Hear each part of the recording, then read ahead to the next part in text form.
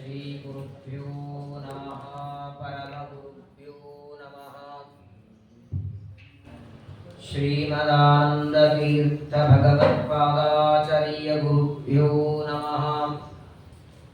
सृष्टिस्थित्यप्ययेहा निहति दृशितमो बन्धमोक्षाश्च यस्मात् अस्य श्री ब्रह्मरुद्र प्रभृति सुरनरद्वीष शत्रुवात्मकस्य विष्णोर्व्यस्ताः समस्ताः सकलगुणनिधिः सर्वदोषो व्यपेतः पूर्णानन्दाव्ययो यो गुरुरपि परमश्चिन्तयेतं महन्तम् जन्माद्यस्य यतोऽन्वयादितरतश्चार्थेष्वभिज्ञस्वराट् तेने ब्रह्महृदाय आदिकवये मुह्यन्ति यं सूरयः तेजो वारिमृदां यथा विनिमयो यत्र त्रिसर्गो मृषा धाम्ना स्वेन सदा निरस्तकुहकं सत्यं परं धीमहि निगमकल्पतरोर्गलितं फलं शुकमुखादमृतद्रवसंयुतं पिबत भागवतं रसमालयं मुहुरहो रसिकाः भुवि भावुकाः नमः परस्मै पुरुषाय भूयसे सदुद्भवस्थाननिरोधलीलया गृहीतशक्तित्रितयाय देहिनामन्तर्ध्रुवाजानुपलभ्य वर्त्मने निर्मत्योग्रभवार्णवे निजमनोभीष्टं दिशामीति यः सम्यक् ज्ञापयितुं करेण विलसन् मन्थानमन्येन च रम्यं दामदन्महेशरजतग्रामश्रियोऽलङ्कृतिः करमन्दीश्वरभक्तिबन्धनवशः प्रीतोऽस्तु कृष्णप्रभुः श्रीशाङ्घ्रिभक्तिं हरिदासदास्यं प्रपन्नमन्त्रार्थदृढैकनिष्ठां गुरोस्मृतिं निर्मलबोधबुद्धिं प्रदेहि मातः परमं पदं श्रीः यो विप्रलम्ब विपरीतमतिप्रभूतान् वादान् निरस्य कृतवान् भुवि तत्त्ववादम् सर्वेश्वरो हरिरिति प्रतिपादयन्तम् आनन्दतीर्थमुनिवर्यमहं नमामि नमोऽस्तु तात्विका देवाः विष्णुभक्तिपरायणाः धर्ममार्गे प्रेरयन्तो भवन्तः सर्वदेव हि यं प्रौरजन्तमनुपेतमपेतकृत्यं द्वैपायनो विरहकातर आजुहाव पुत्रेति तन्मयतया तरवोऽपि नेदुः तं सर्वभूतहृदयं मुनिमानतोऽस्मि वक्रतुण्डमहाकाय कोटिसूर्यसमप्रभ निर्विघ्नं कुरु मे देव सर्वकार्येषु सर्वदा आपादमौलिपर्यन्तं गुरूणामाकृतिं स्मरेत् तेन विघ्नाः प्रणश्यन्ति सिद्ध्यन्ति च मनोरथाः श्रीगुरुभ्यो नमः भगवानपि तत्रैव बलदेवेन संयुतः अपश्यन् निवसोन् गोपानिन्द्रयागकृतोद्यमान् स्वस्त्यस्तु सताम् अशेषसन्मङ्गलानि भवन्तु श्लोकैकश्रवणपठनमात्रेण कथावक्तश्च श्रोतॄणाम् निखिलकलिकतकल्मषापनूतनपटुतरे मोक्षाद्यखिलपुरुषार्थसाधनीभूते श्रीमद्भागवते महापुराणे दशमस्कन्धे यत्किञ्चित् पूर्वोक्तप्रमेयानुवादः हरिः ओम् हरिः ओम् हरिः ओम् ಶ್ರೀ ಗುರುಭ್ಯೋ ನಮಃ. ಮನೋನಿಯಾಮಕರಾದ ಸಾಕ್ಷಾತ್ ರುದ್ರದೇವರ ಅವತಾರಭೂತರಾದ ಶುಕಾಚಾರ್ಯರು ಚಂದ್ರವಂಶದಲ್ಲಿ ಅವತಾರ ಮಾಡಿದ ಕೃಷ್ಣನ ಕಥೆಯನ್ನ ಅದೇ ಚಂದ್ರವಂಶದಲ್ಲಿ ಅವತಾರ ಮಾಡಿದ ಪರೀಕ್ಷಿತನಿಗೆ ನಿರೂಪಣೆ ಮಾಡುತ್ತಿದ್ದಾರೆ. ಶ್ರೀಕೃಷ್ಣ ಪರಮಾತ್ಮ ಅವತಾರ ಮಾಡಿದ್ದು ಈ ಯದುರಾಜನ ವಂಶದಲ್ಲಿ, ಪಾಂಡವರೆಲ್ಲ ಬಂದದ್ದು ಕೂರು ರಾಜನ ವಂಶದಲ್ಲಿ. ಇಬ್ಬರು ಅಣ್ಣ ತಮ್ಮಂದ್ರೆ, ಇಬ್ಬರು ಪಾಂಡವರು ಕೃಷ್ಣ ಇಬ್ಬರು ಬಂದದ್ದು ಚಂದ್ರವಂಶದಲ್ಲೇನೆ. ನಹುಷನ ಮೊಮ್ಮಕ್ಕಳಾಗಿ ಅವತಾರ ಮಾಡ್ತಾರೆ.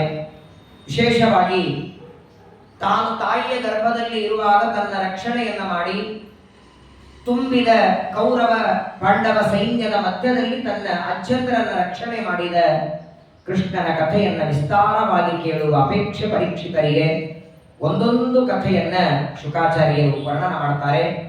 ನೋಡಿ, ಮತ್ಸ್ಯ, ಕೂರ್ಮ, ವರಾಹ, ನರಸಿಂಹ, ವಾಮನ, ಬುದ್ಧ, ಕಲ್ಕಿ, ಶಿಂಶುಮಾರ, ಯಜ್ಞ, ಮಹಿದಾಸ, ಧನ್ವಂತರಿ ಎಷ್ಟು ರೂಪವನ್ನ ತಾಳಿ ದೇವರು ಭೂಮಿಗೆ ಬರ್ತಾರೆ. ಆದರೆ ಈ ರೀತಿ ಬಾಲಲೀಲೆಗಳನ್ನು ಯಾವ ಅವತಾರದಲ್ಲಿ ತೋರಿಸಿಲ್ಲ. ಅಂಬೆಗಾಲಿಡೋದು, ಗೋಡೆ ಹಿಡಿದು ನಡೆಯೋದು, ನವನೀತ ಚೋರ ಮಾಡೋದು, ಕೃಷ್ಣಾವತಾರದಲ್ಲಿ ತೋರಿಸಿದಷ್ಟು ಲೀಲೆಗಳು ಬೇರೆ ಯಾವ ಅವತಾರದಲ್ಲೂ ಇಲ್ಲ. ರಾಮಾವತಾರದಲ್ಲೂ ಇಲ್ಲ. ದಶರಥನ ಮಗನಾಗಿ ರಾಮ ಅವತಾರ ಮಾಡ್ತಾನೆ. ದೊಡ್ಡವನಾದ 5 ವರ್ಷಕ್ಕೆ ಉಪನಯನಾಯಿತು. ವಿಶ್ವಾಮಿತ್ರ ಹಿಂದೆ ಬೆನ್ನತ್ತಿ ಹೊರಟ.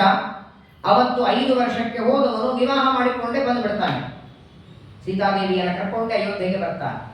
ಯಾವ ಅವತಾರದಲ್ಲಿಯೂ ಇಷ್ಟು ಕಥೆಗಳನ್ನ ಪರಮಾತ್ಮ ತಿಳಿಸಿಲ್ಲ. ಆದರೆ ಕೃಷ್ಣಾವತಾರ ಇದು ಕಲಿಯುಗಕ್ಕೆ ಹತ್ತಿರ ಅವತಾರ ಆದದ್ದರಿಂದ ನಾವೆಲ್ಲರೂ ಆ ಕೃಷ್ಣನ ಗುಣಗಾನದನ್ನ ಕಥೆಯನ್ನ ಮತ್ತೆ ಮತ್ತೆ ಮೇಲಿಂದ ಮೇಲೆ ನೆಲಕ್ಕೆ ಹಾಕಬೇಕನ್ನೋದಕ್ಕೆ ಅನೇಕ ಲೀಲೆಗಳನ್ನ ಮಾಡಿ ತೋರಿಸ್ತಾರೆ.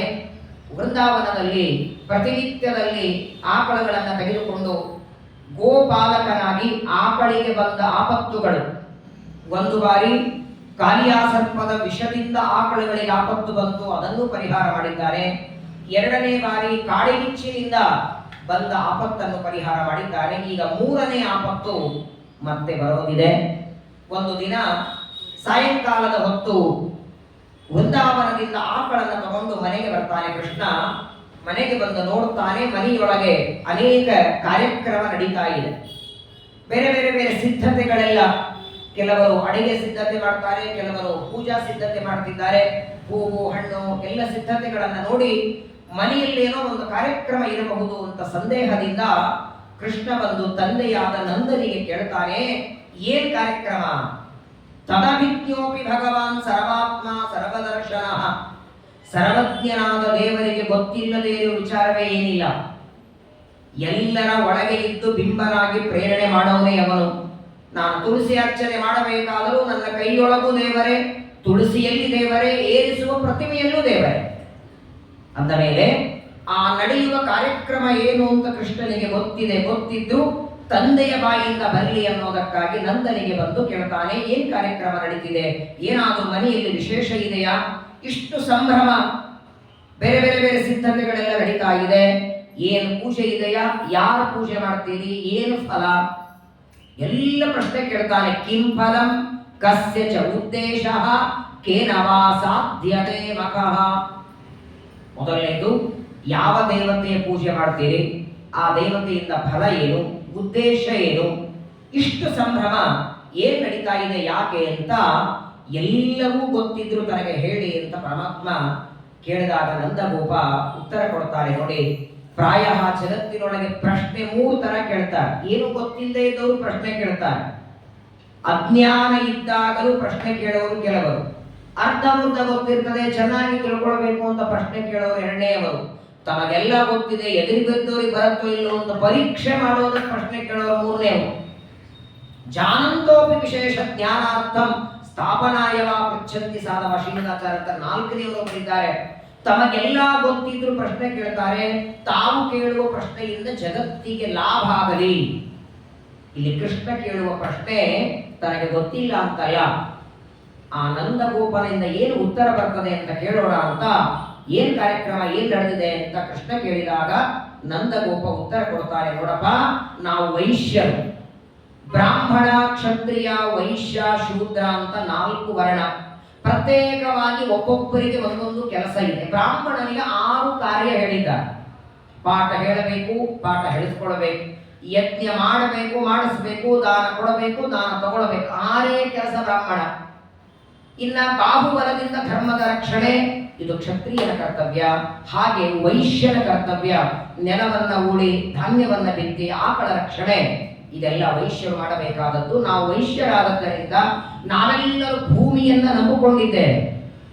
ಸಕಾಲಕ್ಕೆ ಮಳೆ ಬರುತ್ತೆ, ಬಿತ್ತಿದ ಧಾನ್ಯಗಳೆಲ್ಲ ಬೆಳೀತವೆ, ಅದರಿಂದ ಬದುಕ್ತೇವೆ. ನಮಗೆ ಕಾಲ ಕಾಲಕ್ಕೆ ಮಳೆಯನ್ನ ಕೊಡುವಂಥವನು ಇಂದ್ರ. ಆ ಇಂದ್ರನ ಪ್ರೀತಿಗಾಗಿ ಪ್ರತಿ ವರ್ಷ ಯಜ್ಞ ಮಾಡ್ತೇವೆ. ಪರ್ಜನ್ಯೋ ಮಘವಾನಿಂದ್ರೋ ಮೇಘಾಃ ತಸ್ಯಾತ್ಮಮೂರ್ತಯಃ ಅಭಿವರ್ಷಂತಿ ಭೂತಾನಾಂ ಪ್ರಾಣನಂ ಜೀವನಂ ಪಯಃ. ಕೃಷ್ಣ ಪರಮಾತ್ಮನಿಗೆ ನಂದಗೋಪ ಹೇಳ್ತಾನೆ, ನಮ್ಮ ಶರೀರದಲ್ಲಿ ಪಂಚಭೂತಗಳಿವೆ ಅನ್ನೋದಕ್ಕಾಗೇನೆ ಶರೀರವನ್ನ ಪಾಂಚಭೌತಿಕ ಶರೀರ ಅನ್ನೋದು. ಪೃಥ್ವಿ, ಅಪ, ತೇಜ, ವಾಯು, ಆಕಾಶ. ಅದರಲ್ಲಿ 90% ನಮ್ಮ ಶರೀರದಲ್ಲಿ ನೀರಿರೋ.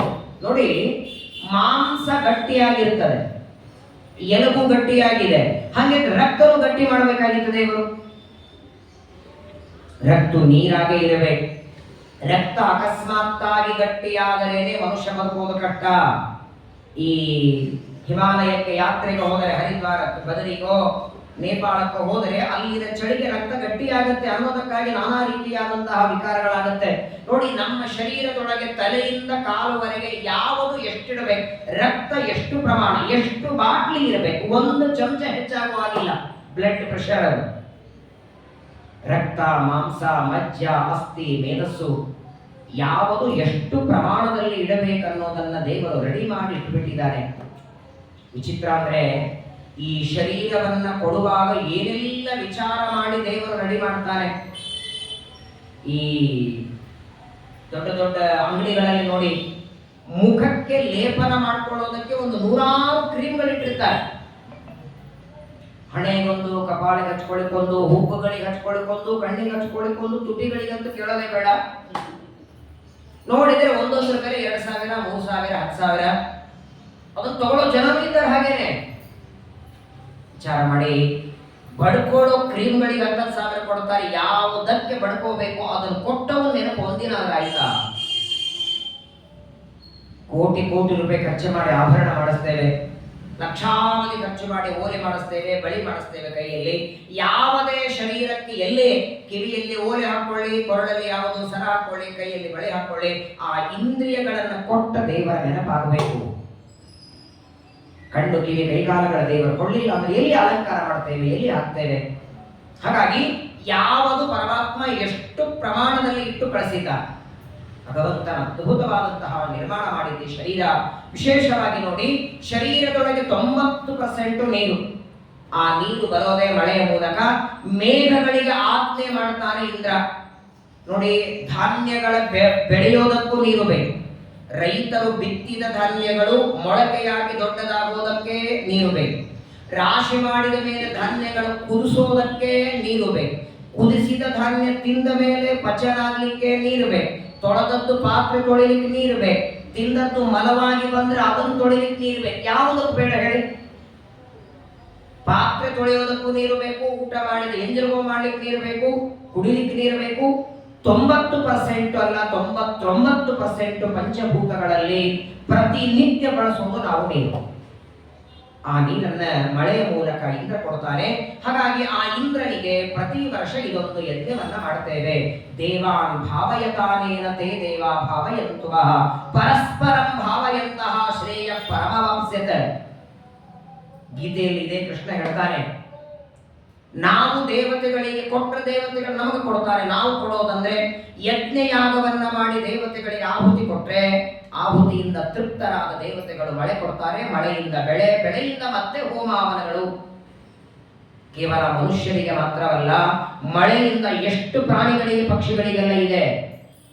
ನೀರಿನಲ್ಲೇ ಇರುವ ಮೊಸಳೆ ಮೀನು ತಿಮಿಂಗಿಲಿಗಳಿಗಂತೂ ನೀರೇ ಆಹಾರ. ಅದಲ್ಲದೇನೆ ಗಿಡದಲ್ಲಿ ಗಿಡ ಮರಗಳು ಬೆಳಿಬೇಕಾದ್ರೆ ನೀರು ಬೇಕು, ಗಿಡದಲ್ಲಿ ಹಣ್ಣು ಬರಬೇಕಾದ್ರೆ ನೀರು ಬೇಕು. ಹಾಗಾಗಿ ಆ ಇಂದ್ರ ಮಳೆ ಕೊಡ್ತಾನೆ ಅನ್ನೋದಕ್ಕಾಗಿ ಅವನ ಪ್ರೀತಿಗಾಗಿ ಪ್ರತಿ ವರ್ಷ ಪೂಜೆ ಮಾಡ್ತಾ ಇದ್ದೇವೆ. ಈ ವರ್ಷವೂ ಕೂಡ ಇಂದ್ರನ ಪ್ರೀತಿಗಾಗಿ ಇಷ್ಟು ಯಜ್ಞದ ಸಿದ್ಧತೆ ನಡೀತಾ ಇದೆ ಅಂತ ನಂದಗೋಪ ಕೃಷ್ಣನಿಗೆ ಉತ್ತರ ಕೊಟ್ರೆ ಪರಮಾತ್ಮ ಅಂತಾನೆ ಇದೆಲ್ಲ ಸುಳ್ಳು ಒಂದು ಬಿಟ್ಟ. ಇಂದ್ರ ಮಳೆ ಕೊಡೋನಲ್ಲ. ಯಾರು ಹೇಳಿದ್ರೆ ಇಂದ್ರ ಮೇಘಗಳಿಂದ ಮಳೆ ಕೊಡ್ತಾನೆ ಅನ್ನೋದಕ್ಕಾಗಿ ಇಂದ್ರನ ಪ್ರೀತಿಗಾಗಿ ಯಜ್ಞ ಮಾಡುತ್ತಿದ್ದರೆ ಸುಳ್ಳು ಅನ್ನೋ ದೇವರು. ಮಳೆ ಬರೋದು, ಬೆಳೆ ಬೆಳೆಯೋದು, ಧಾನ್ಯಗಳ ಬೆಳೆಯೋದು, ಅಥವಾ ನಮಗೆ ಆಹಾರ ಸಿಗದು ಸಿಗದೇ ಇರೋದು, ಪ್ರತಿಯೊಂದಕ್ಕೂ ನಮ್ಮ ನಮ್ಮ ಪ್ರಾಚೀನ ಕರ್ಮಗಳು ಕಾರಣ. ಈ ಊರಲ್ಲಿ ಯಾಕೆ ಹೆಚ್ಚು ಅತಿವೃಷ್ಟಿಯಾಯಿತು? ಕರ್ಮನೇ ಕಾರಣ. ಆ ಊರಿನಲ್ಲಿದ್ದ ಜನ ಮಹಾಕರ್ಮಕ ಮಾಡಿದ್ದಾರೆ, ಅದಕ್ಕೆ ಹೆಚ್ಚು ಮಳೆಯಾಗಿ ಮನೆಗಳೆಲ್ಲ ಹರಿದೋಯ್ತು. ಈ ಊರಲ್ಲಿ ಮಳೆನೇ ಆಗಿಲ್ಲ, ಅದಕ್ಕೂ ಕರ್ಮ ಕಾರಣ. ಇಲ್ಲಿ ಎಷ್ಟು ಬೇಕು ಅಷ್ಟೇ ಮಳೆಯಾಗಿದೆ, ಅದಕ್ಕೂ ಕರ್ಮ ಕಾರಣ. ಮಳೆ ಬರೋದಕ್ಕೂ, ಎಷ್ಟು ಬರಬೇಕನ್ನೋದಕ್ಕೂ, ಧಾನ್ಯಗಳ ಬಿತ್ತೋದಕ್ಕೂ, ಬಿತ್ತಿದ ಧಾನ್ಯ ಅನ್ನಾಗೋದಕ್ಕೂ, ಉಂಡದ್ದು ಜೀರ್ಣ ಆಗೋದಕ್ಕೂ. 10 ಜನ ಊಟಕ್ಕೆ ಕೂತಿದ್ದಾರೆ, 10 ಜನರಿಗೆ ಊಟಕ್ಕೆ ಬಡಿಸಿದ್ದೀರಿ. ಊಟ ಆದ ಮೇಲೆ ಒಬ್ಬನ ಊಟ ಮಾಡಿದ 2 ತಾಸಿಗೆ ಜೀರ್ಣ ಆಯಿತು, ಇನ್ನೊಬ್ಬರದ್ದು 3 ತಾಸಿಗಾಯಿತು, ಇನ್ನೊಬ್ಬರದ್ದು 6 ತಾಸಿಗಾಯಿತು, ಮೂರನೇ ಒಂದು ಬೆಳಗಾದರೂ ಜೀರ್ಣ ಆಗಲಿಲ್ಲ. ಆಹಾರ ಅದೇ ಅನ್ನ, ಅದೇ ಕಟ್ಟು, ಅದೇ ಪಲ್ಯ. ಹಾಗಾದ್ರೆ ಅವರ ಹೊಟ್ಟೆಗಳ ಬೇರೆ, ಕೇವಲ ಜಾಠರಾಗ್ನಿ ಅಲ್ಲ, ಆ ಅನ್ನ ಜೀರ್ಣ ಮಾಡುವುದಕ್ಕೆ ದೇವರೊಂದು ಕರ್ಮ ಇಟ್ಟಿದ್ದಾರೆ. ಇವನ ಕರ್ಮ ಜಾಗೃತವಾದದ್ದರಿಂದ 2 ಗಂಟೆಯಲ್ಲಿ ಜೀರ್ಣ ಆಯಿತು. ಕರ್ಮಣ ಜಾಯತೆ ಜಂತುಃ ಕರ್ಮಣೈವ ಪ್ರಲೀಯತೆ ಸುಖಂ ದುಃಖಂ ಭಯಂ ಕ್ಷೇಮಂ ಕರ್ಮಣೈವ ಅಭಿಪದ್ಯತೆ. ಎಲ್ಲದಕ್ಕೂ ಕರ್ಮ. ಸುಖ ಆಗಬೇಕಾದ್ರೂ ಕರ್ಮ, ದುಃಖ ಆಗಬೇಕಾದ್ರೂ ಕರ್ಮ, ಮಳೆ ಬರಬೇಕಾದ್ರೂ ಕರ್ಮ, ಮಳೆ ನಿಲ್ಲಬೇಕಾದ್ರೂ ಕರ್ಮ, ಪ್ರತಿಯೊಂದಕ್ಕೂ ಕರ್ಮ ಇದೆ. ಹಾಗಾದ್ರೆ ನಮ್ಮ ನಮ್ಮ ಪ್ರಾಚೀನ ಕರ್ಮದಿಂದ ಸಿಗತ್ತೆ. ಯಾಕೆ ಇಂದ್ರನಿಗೋಸ್ಕರ ಯಜ್ಞ ಮಾಡ್ತೀರಿ? ಇವತ್ತಿನವರೆಗೆ ನೀವು ಮಾಡ್ತಾ ಬಂದದ್ದು ಸುಳ್ಳು ಎಂದು ಬಿಡ್ತಾನೆ ದೇವರು. ಇನ್ನು ಮೇಲೆ ದೇವತೆಗಳ ಇಂದ್ರನ ಪ್ರೀತಿಗಾಗಿ ಯಜ್ಞ ಮಾಡುವ ಅವಶ್ಯಕತೆ ಇಲ್ಲ. ಈ ತರಹದ ಮಾತುಗಳನ್ನ ಕೇಳಿಬಿಟ್ರೆ ಹಾಗಾದರೆ ಯಜ್ಞ ಯಾಗಗಳೆಲ್ಲ ಸುಳ್ಳ. ಹಾಗಾದರೆ ಹೋಮಾನ ಹೋಮ, ಧನ್ವಂತರಿ ಹೋಮ, ನವಗ್ರಹ ಹೋಮ, ದೇವತೆಗಳ ಪ್ರೀತಿಗಾಗಿ ನಾವು ಮಾಡುವ ಯಜ್ಞ ಯಾಗಗಳೆಲ್ಲ ವ್ಯರ್ಥ ಅಂತಾನಲ್ಲ ದೇವರು. ನಮ್ಮ ನಮ್ಮ ಪ್ರಾಚೀನ ಕರ್ಮಕ್ಕೆ ತಕ್ಕಂತೆ ಎಲ್ಲ ನಡೆಯುತ್ತೆ. ನಿಮ್ಮ ಮಗನ ಮದುವೆ ಆಗಲಿಲ್ಲ, ಯಾರದು ಆಚಾರ್ಯ ಜಾತಕ ತೋರಿಸ್ತೀರಿ. ಅಯ್ಯೋ ನಿಮ್ಮ ಮಗನ ಜಾತಕದಲ್ಲಿ ರಾಹು ದೋಷ ಇದೆ, ಶಾಂತಿ ಮಾಡಿ. ಏನ್ ಮಾಡಿ ಲಾಭ ಇಲ್ಲ ಆಚಾರ್ಯ, ರಾಹು ಹೋಮ ಏನ್ ಬೇಡ, ಅವನ ಕರ್ಮ ಇದ್ರೆ ಮದುವೆ ಆಗತ್ತೆ, ಇಲ್ಲ ಅಂದ್ರೆ ಇಲ್ಲ, ಬಿಟ್ಬಿಡಿ. ಬಿಡ್ತೀರಾ? ಅವನ ಕರ್ಮ ಇದೆ ಹಾಗಾಗತ್ತೆ ಅಂತ ರಾಹು ಶಾಂತಿನೂ ಮಾಡ್ತೇವೆ, ರೋಗ ಇದೆ ಅಂತ ಧನ್ವಂತರಿ ಹೋಮನೂ ಮಾಡ್ತೇವೆ. ಪ್ರಪಂಚದೊಳಗೆ ಅವನ ಕರ್ಮ ಇದ್ದಂಗಾಗತ್ತೆ ಅಂತ ಬಿಟ್ಟವರು ಯಾರೂ ಇಲ್ಲ. ಪ್ರಯತ್ನ ಎಲ್ಲರೂ ಮಾಡ್ತಾರೆ. ಹಾಗಾದ್ರೆ ಇಂದ್ರದೇವರು ಮಳೆ ಕೊಡೋರಲ್ಲ, ಪ್ರಾಚೀನ ಕರ್ಮದಿಂದ ಸಿಗತ್ತೆ ಅಂತ ಕರ್ಮದ ಮೇಲೆ ಹಾಕಿಬಿಟ್ಟ.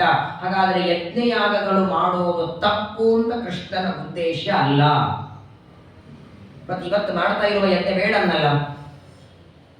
ನಂದ ಗೋಪಾಲ ಎಲ್ಲ ಯಾವ ಗೋಪಾಲಕರು ಸೇರಿ ಮಾಡುವ ಯಜ್ಞ ಯಾಕೆ ಬೇಡ ಅಂತಾನೆ? ಶಕ್ರ ದರ್ಪ ಜಿಘಾಂಸಯ. ತಾತ್ಕಾಲಿಕವಾಗಿ ಇಂದ್ರನಿಗೆ ಅಹಂಕಾರ ಬಂದಿತ್ತು, ಸ್ವತಂತ್ರವಾಗಿ ನಾನು ಮಳೆ ಕೊಡ್ತೇನೆ ಅಂತ. ಟೀಕಾಕೃತ್ಪಾದರು ಶಿವನ್ಯಾಯ ಸುಧಾದಲ್ಲಿ ಒಂದು ಮಾತು ಹೇಳ್ತಾರೆ, ಪ್ರಪಂಚದೊಳಗೆ ತಪ್ಪು ಮಾಡಿದವನಿಗೆ ಶಿಕ್ಷೆ ಇರ್ತದೆ. ಈಗ ನೋಡಿ, ಇಷ್ಟು ಹಣತೆಗಳನ್ನು ಹಚ್ಚಿಟ್ಟಿದ್ದಾರೆ. ಇದೆಲ್ಲ ಮಣ್ಣಿನ ಹಣತೆಗಳು. ದೀಪ ಶಾಂತ ಆದ ಮೇಲೆ ಇದರಲ್ಲೊಂದು 4 ಹಣತೆ ನೀವು ಮನೆಗೆ ತಗೊಂಡು ಹೋದರೆ ಅದು ತಪ್ಪೇ, ಕಳ್ತನವೇ. ಆದರೆ 4 ಮಣ್ಣಿನ ಹಣತೆಯನ್ನ ಕಳ್ತನ ಮಾಡಿದರೆ ಏನು ಪಾಪ ಬರುತ್ತೋ ಅದಕ್ಕಿಂತ ಹೆಚ್ಚಿನ ಪಾಪ ಬೆಳ್ಳಿಯ ದೀಪ ಕದ್ರೆ ಬರ್ತದೆ. ಬೆಳ್ಳಿಗಿಂತಲೂ ಹೆಚ್ಚಿನ ಪಾಪ ಇಲ್ಲೆಲ್ಲಿದೆ? ನಿಮ್ಮ ಮನೆಗೆ ಬರಬೇಕು. ಹಾಗಾದರೆ ಪಂಚಲೋಹದಲ್ಲಿ ಮೊದಲು ಮಣ್ಣು, ಆಮೇಲೆ ತಾಮ್ರ, ಆಮೇಲೆ ಹಿತ್ತಾಳಿ, ಎಲ್ಲವೂ ದೀಪನೇ. 4 ದೀಪಗಳೇ. ಆದರೆ ಮಣ್ಣಿನ ದೀಪ ಕಳ್ಳತನ ಮಾಡಿದಾಗ ಬರೋ ಪಾಪಕ್ಕಿಂತ ಬಂಗಾರ ಹೆಚ್ಚು. ಇದೇ ವ್ಯವಸ್ಥೆ ಜಗತ್ತೊಳಗಿದ್ದದ್ದು. ಕಳ್ಳತನವಾದರೂ ಕೂಡ ಪ್ರತ್ಯೇಕವಾಗಿ ಒಂದೊಂದಕ್ಕೆ ಒಂದೊಂದು ರೀತಿ ಶಿಕ್ಷೆ ಅಂತ ಪ್ರಪಂಚದೊಳಗಿಟ್ಟಿದ್ದಾರಲ್ಲ ಹಾಗೆ. ಆದರೆ ಮೊಟ್ಟ ಮೊದಲನೇದಾಗಿ ನಾವು ಕಳ್ಳತನ ಮಾಡುವಾಗ ಇದು ತಪ್ಪು ಅನ್ನುವ ಜ್ಞಾನ ಬೇಕು. ಅದು ಮಣ್ಣಿನ ಹಣತನೇ ಇರಲಿ, ಬಂಗಾರದ ದೀಪನೇ ಇರಲಿ, ಇದು ದೇವಸ್ಥಾನದ್ದು, ಇದು ಮಾತೃ ಸಂಘದ್ದು, ನಾವು ಒಯ್ಯೋದಲ್ಲ. ಕಳ್ಳತನ ಮಾಡಬಾರದನ್ನೋದು ಸತ್ಯ. ಕಳ್ಳತನ ಮಾಡಿದರೂ ಕೂಡ ಅಲ್ಲಿ ಯಾವ ರೀತಿಯಾಗಿ ಅವುಗಳಲ್ಲಿ ವ್ಯತ್ಯಾಸ ಉಂಟೋ ಅದೇ ರೀತಿಯಾಗಿ ಪರಮಾತ್ಮ ನಮ್ಮ ಪ್ರಾಚೀನ ಕರ್ಮಗಳಿಗೆ ತಕ್ಕಂತೆ ಫಲವನ್ನು ಕೊಡ್ತಾನೆ. ಬರ್ತದೆ ಆಗಾಗ ದೇವತೆಗಳಿಗೂ ಆಗಾಗ ನಾನೇ ಮಾಡ್ತೇನೆ ಎನ್ನುವ ಅಹಂಕಾರ ಬರ್ತದೆ. ಅದಕ್ಕೆ ಟೀಕಾರಾಯರಂದ್ರು ತಪ್ಪುಗಳಿಗೆ ತಕ್ಕಂತೆ ಜಗತ್ತಲ್ಲಿ ದಂಡ ಕೊಡ್ತಾರೆ. ನಮಗೆಲ್ಲ ಸಂಸಾರ ದಂಡ ಇದೆ. ಎಷ್ಟು ಇದಕ್ಕಿಂತ ಹಿಂದೆ ಎಷ್ಟು ಸಲ ಜನ್ಮ ಬಂದಿದೆ ನೆನಪಿಲ್ಲ, ಇನ್ನು ಮುಂದೆ ಎಷ್ಟು ಸಲ ಬರೋದಿದೆ ಗೊತ್ತಿಲ್ಲ. ಯಾಕೆ ಹೀಗಾಯ್ತು ಹೇಳಿ? ಇಷ್ಟು ಗರ್ಭದಲ್ಲಿ ತಿರುಗೋದಕ್ಕೆ ಕಾರಣ ಏನು? ಪುನರಪಿ ಜನನಂ ಪುನರಪಿ ಮರಣಂ ಪುನರಪಿ ಜನನಿ ಜಠರೇ ಶಯನಂ. ಜನ್ಮ ಮರಣ ಕರ್ಮ ರಾಗ ಸಿಟ್ಟು ದ್ವೇಷ. ಯಾಕೆ ಇದು ಪದೇ ಪದೇ ಬರ್ತಿದೆ ಅಂದ್ರೆ ಎರಡು ತಪ್ಪು ನಾವು ಮಾಡಿದ್ದೇವೆ ಅಂತ. ಒಂದು, ದೇವರಲ್ಲಿ ಇರುವ ಸ್ವಾತಂತ್ರ್ಯ ನಮ್ಮಲ್ಲಿದೆ ಅಂತ ತಿಳ್ಕೊಂಡದ್ದು ಮೊದಲನೇ ತಪ್ಪು. ದೇವರಲ್ಲಿರುವ ಕರ್ತೃತ್ವ ನಮ್ಮಲ್ಲಿದೆ ಅಂತ ತಿಳ್ಕೊಂಡದ್ದು ಎರಡನೇ ತಪ್ಪು ಅಂತ ಟೀಕಾರಾಯರು. ಸ್ವತಂತ್ರವಾಗಿ ನಾನು ಮಾಡುತ್ತೇನೆ ಅನ್ನುವ ತಪ್ಪು ಈಗ ಇಂದ್ರನಿಗೆ ಬಂದಿದೆ. ನಾನೇ ಮಳೆ ಕೊಡೋನು, ನನ್ನ ಮೇಲೊಬ್ಬನಿದ್ದಾನೆ ಅನ್ನೋದು ಮರ್ತಿದ್ದಾನೆ. ಆ ಇಂದ್ರನಿಗೆ ಬಂದ ಅಹಂಕಾರ ಪರಿಹಾರಕ್ಕೆ ಇಂದ್ರನ ಪ್ರೀತಿಗಾಗಿ ಮಾಡುವ ಯಜ್ಞ ಬೇಡ ಅಂದ್ಬಿಡ್ತಾನೆ ಪರಮಾತ್ಮ. ಹಾಗಾದ್ರೆ ಮಳೆ ಕೊಡೋದು ಯಾವ ತಾನೇ ಬರ್ತದೆ? ಪ್ರಪಂಚದೊಳಗೆ ಕೆಲವು ವಸ್ತುಗಳು ಸ್ವಭಾವದಿಂದ ಆಗತ್ತೆ. ಸ್ವಭಾವ ತಂತ್ರೋ ಹಿ ಜನಃ ಸ್ವಭಾವಂ ಅನುವರ್ತತೆ ಸ್ವಭಾವಸ್ಥಮಿದಂ ಸರ್ವಂ ಸದೇವಾದೇವ ಮಾನುಷಂ. ಒಂದು ಗಿಡ ಇದೆ, ಗಿಡಕ್ಕೆ ನೀರು ಹಾಕಿದರೆ ಗಿಡ ಚಿಗಿತದೆ, ದೊಡ್ಡದಾಗತ್ತೆ. ಆ ಗಿಡಕ್ಕೆ ಕೊಂಬೆಯ ಮೂಲಕ ನೀರು ಹೋಯ್ತು ಹೇಗೆ? ಅದು ಸ್ವಭಾವ. ಅದು ನೋಡಿಬೇಕಾದ್ರೆ ಗಿಡದ ಬೇರಿಗೆ ನೀರು ಹಾಕದೆ ಒಂದೊಂದು ಕೊಂಬೆಗಳಿಗೆ ಒಂದೊಂದು ಸೌಟು ಒಂದೊಂದು ತಮಗೆ ನೀರು ಹಾಕಿ ಬೆಳೆಯತ್ತ ಗಿಡ. ಅದೇ ಒಂದೇ ಬಕೆಟ್ ನೀರೇ ಹಾಕಿ, ಆದ್ರೆ ಆ ನೀರನ್ನ ಗಿಡದ ಬೇರಿಗೆ ಹಾಕಿದಾಗ ಹೇಗೆ ವೃಕ್ಷಕ್ಕೆ ಗಿಡದ ಕೊಂಬೆಗೆ ಹೋಗುತ್ತೋ, ನೀವೇ ಕೊಂಬೆಗೆ ಎಲೆಗೆ ಹಾಕಿದ್ರೆ ಬರಲ್ಲ. ಅದು ಹಾಗೆ ಹೋಗಬೇಕು. ಅದೇ ವ್ಯವಸ್ಥೆ ದೇವರು ಮಾಡಿದ್ದು, ಭಗವಂತನ ವ್ಯವಸ್ಥೆ. ಈಗ ಕಣ್ಣಿಗೆ ಏನೋ ನೋವಾಗಿದೆ ಅಥವಾ ತಲೆ ಶೂಲಿ ಇದೆ ಅಂತ ಡಾಕ್ಟರ್ ಮಾತ್ರೆ ಕೊಡ್ತಾರೆ. ಮಾತ್ರೆ ಇದ್ದದ್ದು ತಲೆ ಶೂಲಿ ಪರಿಹಾರ. ತಗೊಳ್ಳೋದಿಲ್ಲ, ಬಾಯಿಗೆ ಯಾಕೆ ಹಾಕೋತೀರಿ? ತಲೆಗೆ ಹಾಕೊಳ್ರಿ. ಶರೀರದಲ್ಲಿ ಎಲ್ಲೇ ರೋಗ ಆದರೂ ಹಾಕೋದು ಬಾಯಿಯಲ್ಲೇನೆ. ಹಾಗಾದ್ರೆ ಬಾಯಿಯಲ್ಲಿ ಹಾಕಿದ ಔಷಧ ಕೆಲಸ ಅಲ್ಲಿ ಹೋಗಿ ಮಾಡತ್ತೆ. ಇಲ್ಲಿ ಹಾಕೊಂಡ ಔಷಧ ಒಂದು ಹೊಟ್ಟೆಗೆ ಹೋಗುತ್ತೆ, ಹೊಟ್ಟೆಯಿಂದ ನಂತರ ತಲೆ ಕಳಿಸ್ತಾರೆ. ಯಾವ ರೋಗ ಇದೆ ಅಲ್ಲಿ ಪರಿಹಾರ ಮಾಡತ್ತೆ. ಎಲ್ಲನೂ ಗೋಡೌನಿದ್ದಂಗೆ ತಿಂದದ್ದೆಲ್ಲ ಒಂದು ಹೊಟ್ಟೆಗೆ ಹೋಗಬೇಕು, ಅಲ್ಲಿಂದ ಡಿಸ್ಟ್ರಿಬ್ಯೂಟ್ ಮಾಡ್ತಾನೆ ದೇವರು. ಕಿವಿಗೆ, ಕಿಡ್ನಿಗೆ, ಲಿವರ್ಗೆ, ಲಂಗ್ಸ್ಗೆ, ಹಾರ್ಟಿಗೆ. ಇದೆಲ್ಲ ಸ್ವತಂತ್ರನಾದ ಭಗವಂತನ ಇಚ್ಛೆಯಿಂದ ನಡೆಯೋದು. ಹಾಗಾಗಿ ಯಾವುದಕ್ಕೂ ಯಾವ ಇಂದ್ರ ಕಾರಣ ಅಲ್ಲ. ಸರ್ವತಾ ಇಂದ್ರನೇ ಆಗಬೇಡ. ಹಾಗಾದ್ರೆ ಏನ್ ಮಾಡೋಣ? ನಿಮ್ಗೆ ಮಳೆ ತಾನೇ ಬೇಕು. ಈಗ ನಾವೆಲ್ಲ ವೈಶ್ಯರಿಗೆ ಕೃಷಿ ಗೋರಕ್ಷ ವಾಣಿಜ್ಯ, ಧಾನ್ಯ ಬೆಳಿಬೇಕು, ಆಕಳೆಲ್ಲ ಬೆಳಿಬೇಕು ಅಂತ ಅಪೇಕ್ಷೆ ಅಲ್ವಾ? ಹಾಗಾದ್ರೆ ನಮಗೆ ಸಕಾಲಕ್ಕೆ ಮಳೆ ಬರೋದು. ಇಂತಹ ಪರ್ವತಗಳೆಲ್ಲ ಇದ್ದದ್ದೇ, ಪರ್ವತಗಳು ಇದ್ದದ್ದಕ್ಕೆ ಜೋರಾಗಿ ಮಳೆ ಬರ್ತಿದೆ. ಹಾಗಾದ್ರೆ ಇವತ್ತು ನಾವು ಅನುಭವಿಸುವ, ನಾವು ತಿನ್ನುವ ಅನ್ನ, ನಮಗೆ ಬರುವಂತಹ ಮಳೆ ಅದೆಲ್ಲ ಪರ್ವತಗಳಿದ್ದದ್ದಕ್ಕೆ. ಇಲ್ಲೇ ಹತ್ತಿರದಲ್ಲಿ ಗೋವರ್ಧನ ಅಂತ ದೊಡ್ಡದಾದ ಪರ್ವತ ಇದೆ. ಆ ಪರ್ವತದ ಪೂಜೆ ಮಾಡೋಣ. ಪರ್ವತದ ಪೂಜೆಯಿಂದ ಬೇಕಾದಷ್ಟು ಮಳೆ ಬೆಳೆ ಬರ್ತದೆ. ಇಂದ್ರನ ಯಾಗ ಬೇಡ. ಅನೇಕ ಮಾತುಗಳನ್ನ ಪರಮಾತ್ಮ ಹೇಳಿಬಿಟ್ಟ.